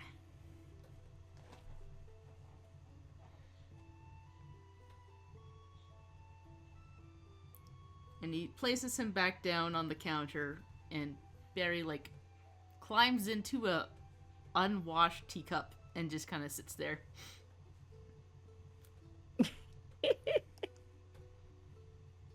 Right, we'll get that cleaned out later.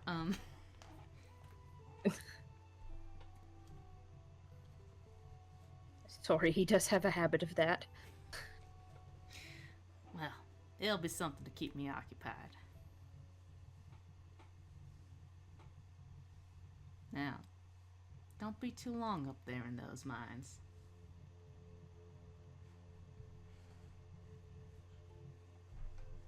There and back before you know it.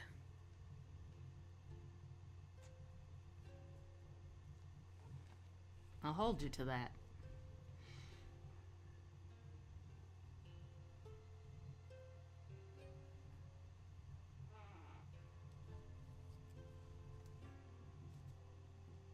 And he will, he'll finish his coffee and,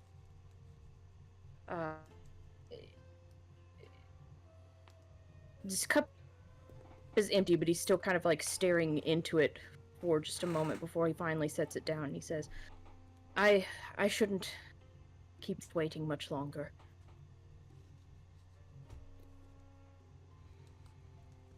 Come back safe, Shadow Man. And he puts his hand over yours and pats it.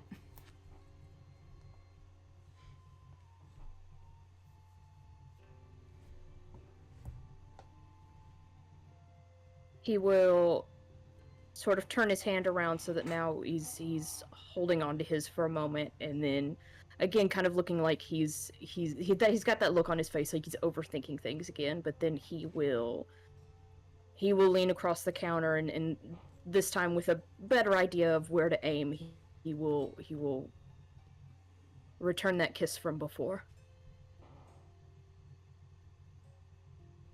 All right. I think that's a good spot to end that scene.